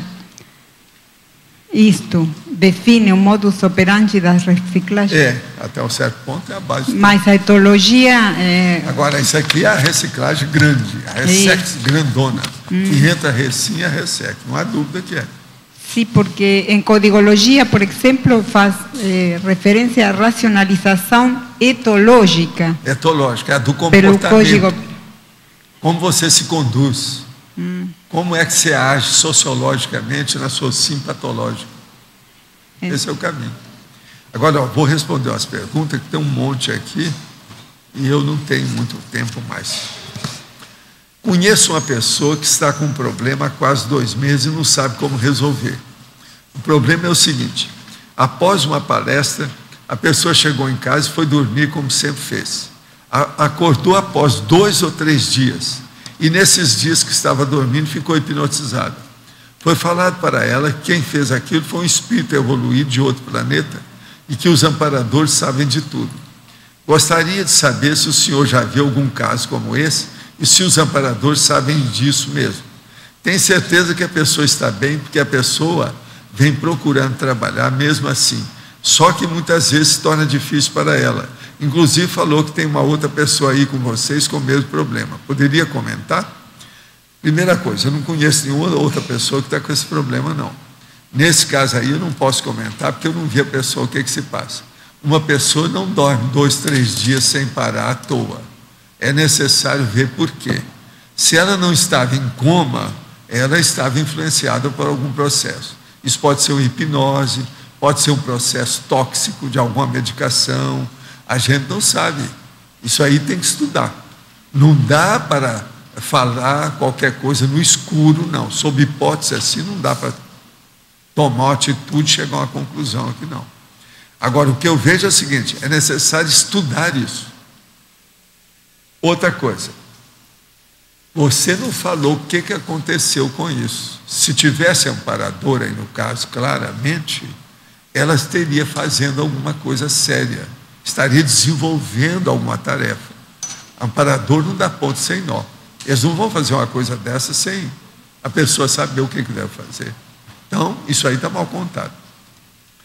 Tenho certeza de que encontrei a minha dupla evolutiva. Devido ao meu parapsiquismo, recordo de vários acordos que fizemos no período intermissivo. Tenho 27 anos e ela 47. É ético. E ele, 47, é uma senhora que está falando, uma moça. É ético que eu conte a ele os planos que fizemos? Se ele não se recorda de nada, o certo não seria eu esperar que ele, por conta própria, tome as atitudes necessárias? Não. O que você deve fazer é o seguinte: você espera trabalhando. Quer dizer, vai propiciando um ambiente de ele recordar o que se passa. Você facilita e condicione um holopensene adequado para ele lembrar. Isso ajuda. Lembro do tempo em que era casado e sempre nas minhas discussões com minha ex-esposa primava pela racionalização da argumentação e na solução do problema. Mas ela parecia não querer ouvir. Dizia que eu queria sempre ter a razão e acabava não esgotando o assunto. Meses depois discutimos a mesma coisa. Aquilo frequentemente me irritava e no final eu já não tinha mais paciência. Eram outros tempos, não conhecia a conscienciologia e obviamente era mais imaturo. Mas qual o meu problema? Onde foi que eu errei? Como assistir a uma pessoa sem que ela se ofenda com a argumentação? Tem como? Sim. Primeira coisa, dose a argumentação. Fale no linguajar dela. Faça com que ela acesse o que você está falando. O que aconteceu, o que você estava falando, para um ponto e ela estava indo para outro. Não houve uma convergência de interesses e de metas. Você errou, porque quem estava argumentando é você. De modo que agora você já aprendeu. Urubucerva daqui para frente. Urubucerva. A intensidade das energias da consciência durante a dessoma pode trazer consequências para o reequilíbrio dela no extrafísico. Ou seja, quando a pessoa morre jovem, com forte projeto para a vida física, e outra morre com idade avançada, já livre dos apetites físicos, o reequilíbrio no novo plano chega antes para quem estava com maior idade, ou isso não é regra? Pode esclarecer? Não, isso não é regra. Porque uma pessoa ela pode vir para ter uma mini proex de um período reduzido da existência dela. E ela cumprir a proex que ela veio. Alcançar a completude total e morrer aí com 42 anos. E o outro está com 100 anos. Às vezes não chegou a isso. De modo que isso aí não é ainda não. A gente tem que colocar isso como variáveis para a nossa pesquisa. Mas não é um fator sine qua non. Poderia diferenciar a questão da euforia negativa e da mega euforização sadia? Onde está o seu gargalo, no PEN ou no processo específico seu de pressão alta? O fato de estar lastreado, desde que sob controle, não é sadio para quem tem boa intenção interassistencial? Não, o caso todo é o seguinte. Primeiro, a minha hipertensão é genética. Então, eu pedi essa hipertensão para poder prover a minha vida de sistemas de cautela e de alerta. Se eu não tivesse a minha hipertensão, você veja bem, eu ia acabar acabando comigo. Agora, como eu tive um infarto e logo depois a hipertensão ficou como um extra para me ajudar. Eu nunca reclamei da minha hipertensão. Agora, o que eu procuro é equilibrar isso aí. Agora, o que se passa? A euforia negativa. Uma euforia negativa pode piorar a pressão da pessoa. Tem isso tudo. Uma outra coisa, se eu for a local que mexe, por exemplo, com determinadas substâncias, aquilo pode me aumentar a pressão, pode acabar comigo, intoxica. Agora, a mega euforização sadia. O que adianta eu ir no lugar desse e começar a fazer a mega euforização para suportar ficar lá? O ideal é eu não ir. Então a gente tem que começar a pensar nisso tudo. Tudo isso a gente pode fazer. Eu falava com o povo quando eu comecei a ter as crises maiores de hipertensão e comecei a mudar os remédios. Se eu cuidar só da minha energia, eu consigo manter sem hipertensão, sem tomar remédio nenhum. Mas eu também não vou fazer mais nada. Então, o ideal é tomar o remédio e, ao mesmo tempo, fazer as minhas coisas. Então, vamos entender como é que é. Agora, outra coisa. O fato de estar lastreado, desde que sob controle, não é sadio para quem tem boa intenção assistencial? É lógico que é. Mas agora, a pessoa tem que entender isso. Porque ela, às vezes, ela está fora do corpo e está querendo ter liberdade de fazer tudo, de furar a boca do balão. E ela não pode, às vezes, por causa do processo de assistência. Ainda no caso de minha avó, ela vem tendo a síndrome de perseguir os outros, de achar que os outros estão contra ela, que vão roubá-la, que meu avô tem um amante. Isso aí faz parte da alteração dela atual. Isso é assim mesmo. Será que o cuidador não seria mais uma vítima da síndrome dela? Uma boa parte do cuidador é vítima da pessoa cuidada. No que tange a pensilidade dela, ela sempre teve uma postura trafarista. Sempre carregou raiva de meu avô pelos males que ele lhe fez no passado. Hoje ele é outra pessoa. O senhor acabou não terminando de falar ou sugerir algum encaminhamento devido às perguntas do público aí sobre o caso dela. Pode acrescentar? Não, eu já falei tudo. Arranja um cuidador e põe lá. Isso é que é o melhor. Outro caso.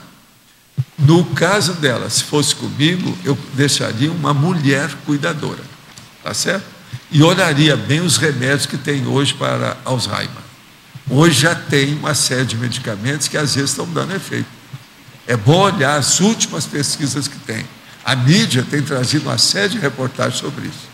Isso aí tudo é o que eu faria no caso aqui. Fala. Só em cima disso que você falou, uma boa parte dos cuidadores, eles são vítimas ou são os algozes daquele que é cuidado? Só para saber. Às vezes eles são vítimas. São vítimas que a pessoa ela está contra o cosmos, dentro da Alzheimer, às vezes. Então é difícil cuidar da pessoa. Por isso que é necessário cuidar da pessoa e cuidar do cuidador. Eu sei, mas esse cuidador ele foi vítima no passado daquela pessoa que está sendo cuidada, não, é isso? Ele não. Ele tem dívida no passado para ser cuidador profissional. Então, é isso que eu queria saber. Não é aquela pessoa. É ele que precisa. É igualzinho eu, por exemplo, que sou da área da saúde. Isso tudo é débito do passado. Mas não especificamente com a pessoa que ele está cuidando, com aquela né? pessoa. Ele é mais um. Ele é um paciente. Em taxologia, página 12, o item 2, poderia aprofundar o item da racionalização da autoexpressão? Racionalização da autoexpressão, a comunicologia, a racionalização na Tales, a linearidade autopensênica, a argumentação racional, lógica, coerente, escorreita e não capciosa, o binômio teática-verbação.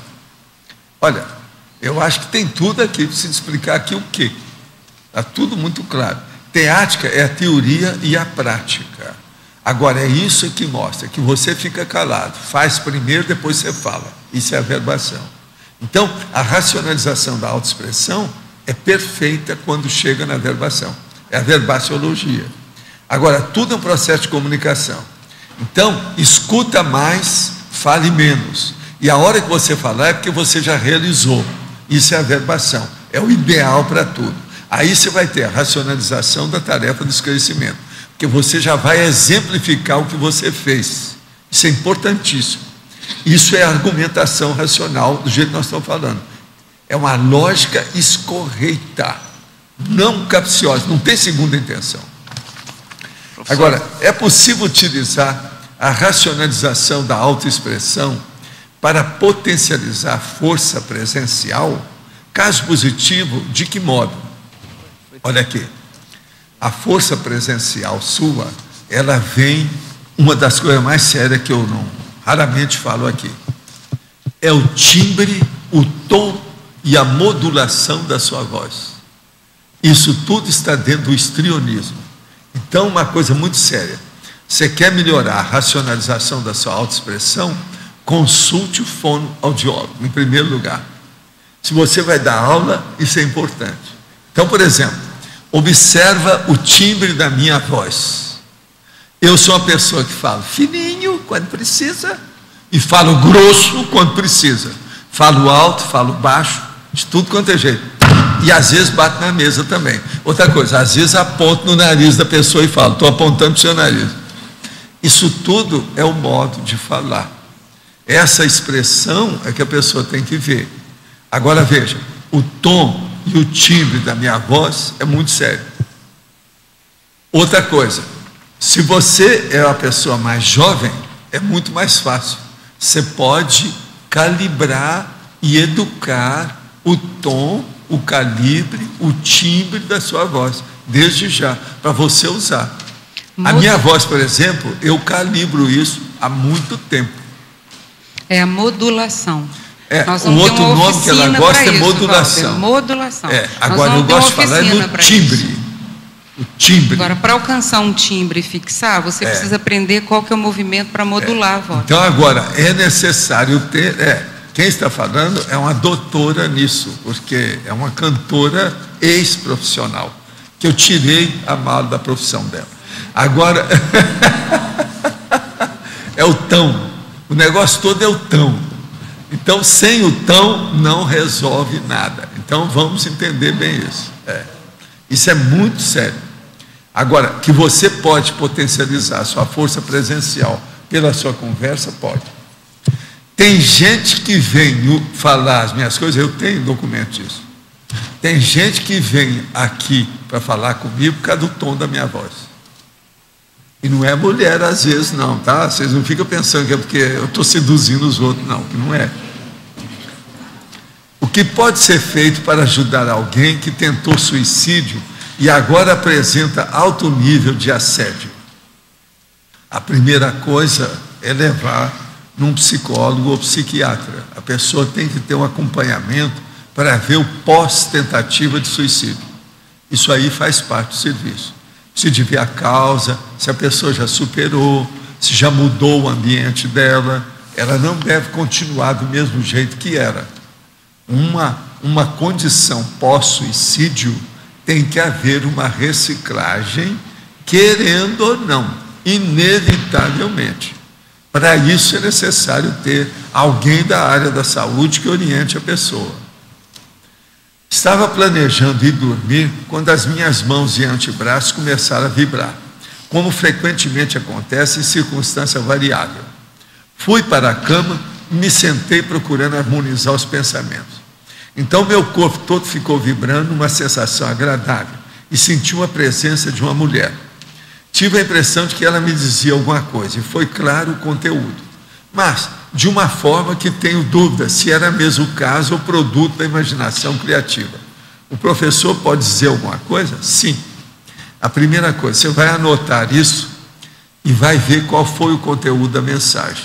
Todo fenômeno desse jeito tem um conteúdo, você tem que ver a mensagem que foi dada e ver o que aconteceu depois, qual o resultado, os efeitos, as consequências daquele conteúdo. O que houve? Agora você anota se isso tem valor e se você soube aplicar bem a mensagem que foi dada a você, virão outras. Olha bem isso, é uma coisa séria. São vários os verbetes sobre racionalização. De que modo podemos coordenar nossa prioridade prioritária principal? A prioridade que ele está falando aqui. A principal coisa que tem, se você tem problema, seria bom você fazer o balanço existencial na Apex. O senhor sabe que é uma grande dificuldade em administrar e manter o megafoco. Isso é para quem acha que é difícil, que não é não. No meu caso tem prioridade, mas sem facilidade de levar a prioridade em alto nível. Como graduar o nosso nível de disponibilidade assistencial para evitar o desperdício de tempo? Olha, aí você tem que ver os verbetes que nós falamos sobre esse assunto. Todos esses assuntos que eu estou falando já tem verbete.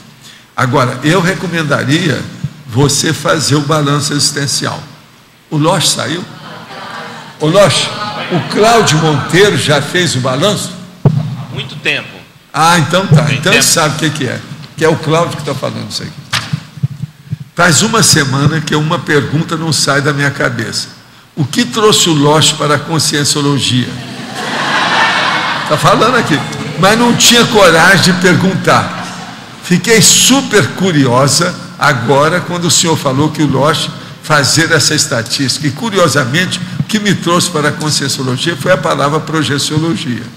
Quando a ouvi pela primeira vez, eu disse, é isso que eu quero. E fui atrás, porque eu não sabia nada a respeito. Escuta, essa aqui é a Cida Nicolau. É bom, você sabe quem é, não? Sei quem é. Então acabou. Ela conhece muito o português, ela é muito de detalhista, é uma cabeça. Aí, você já tem uma primeira cobaia para a sua pesquisa. Vamos aproveitar. Sei quem é. Agora, professor, aqui ó, sim. B. Ali na segunda linha da pensenologia, sim, está o nexo pensenes. Daí tem um S a mais ou a menos, né? O nexo pensene. O que é que você quer dizer? É que tem um S a mais ou a menos.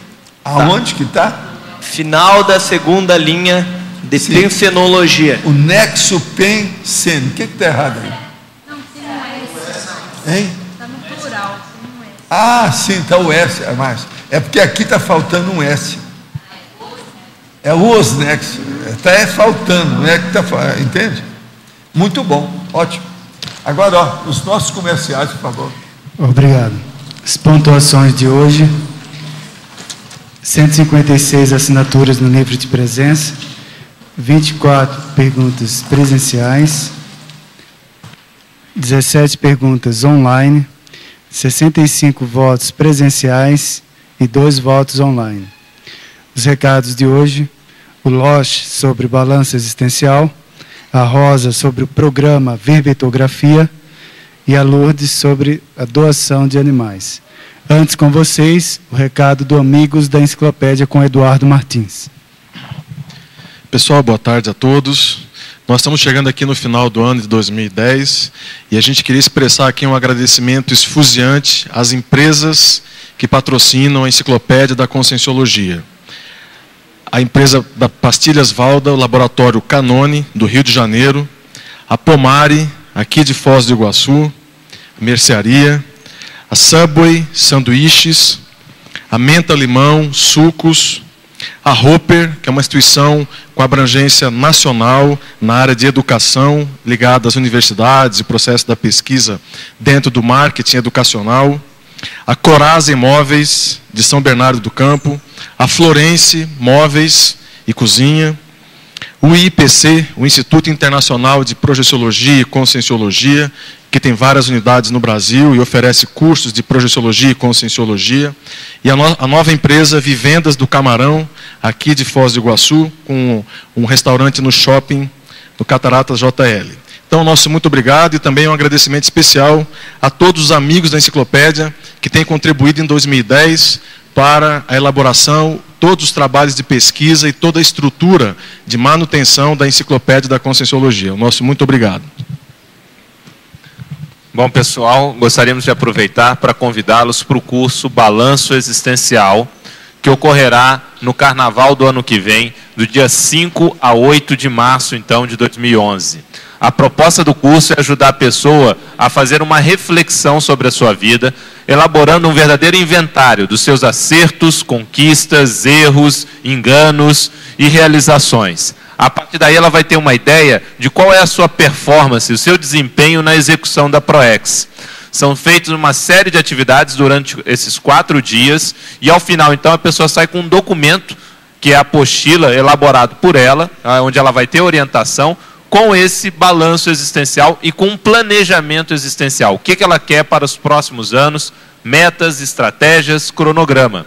São em torno de 20 professores, são bastante atividades, e a gente gostaria aqui de destacar algumas das atividades. Nós vamos ter um campo ProEx com o professor Pedro Fernandes e a professora Marina Tomás, os dois epicons que irão instalar esse campo parapsíquico para a pessoa acessar informações do seu curso intermissivo.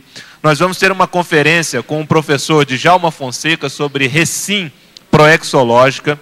Nós vamos ter uma outra conferência com a professora Vera Hoffmann sobre autossuperação através da dessomatologia.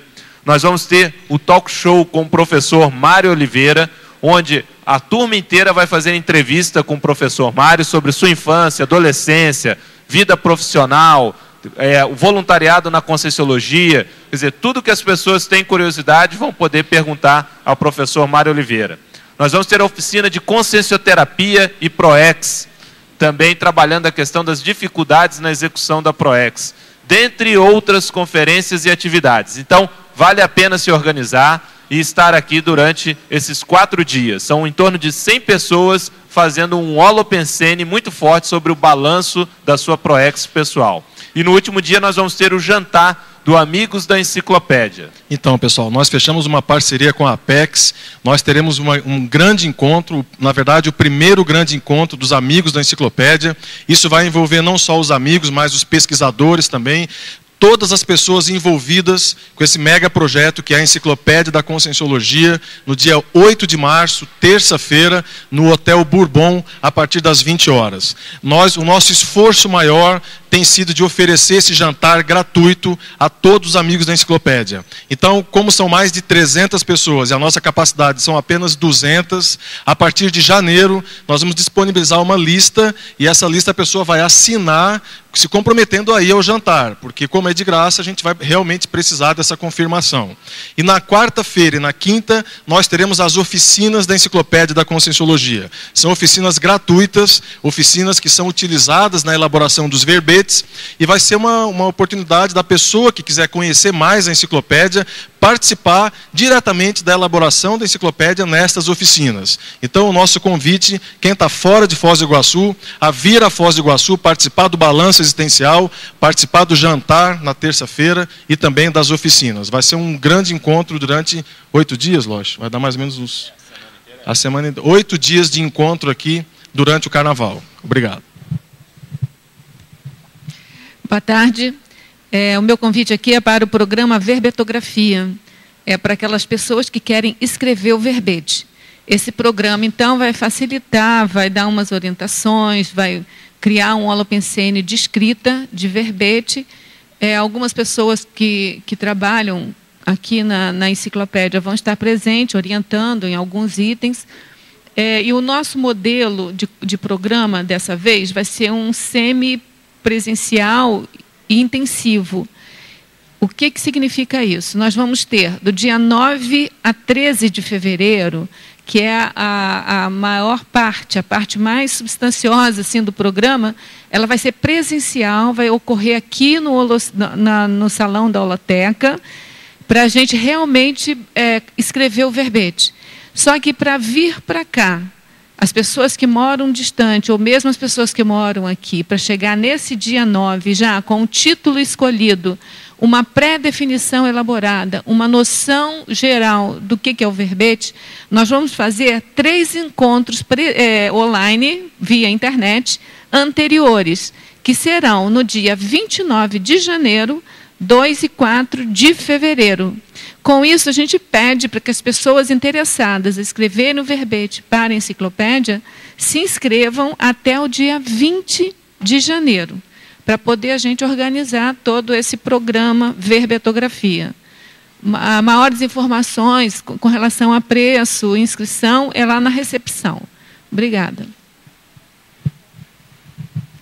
Boa tarde a todos. Tal como foi anunciado ontem pelo professor Valdo, a pedido do showroom e a pedido de várias famílias, eu venho aqui mostrar a cadelinha que nós encontramos na Rua da Cosmoética, abandonada, a semana passada, dia 24 de dezembro, na véspera de Natal.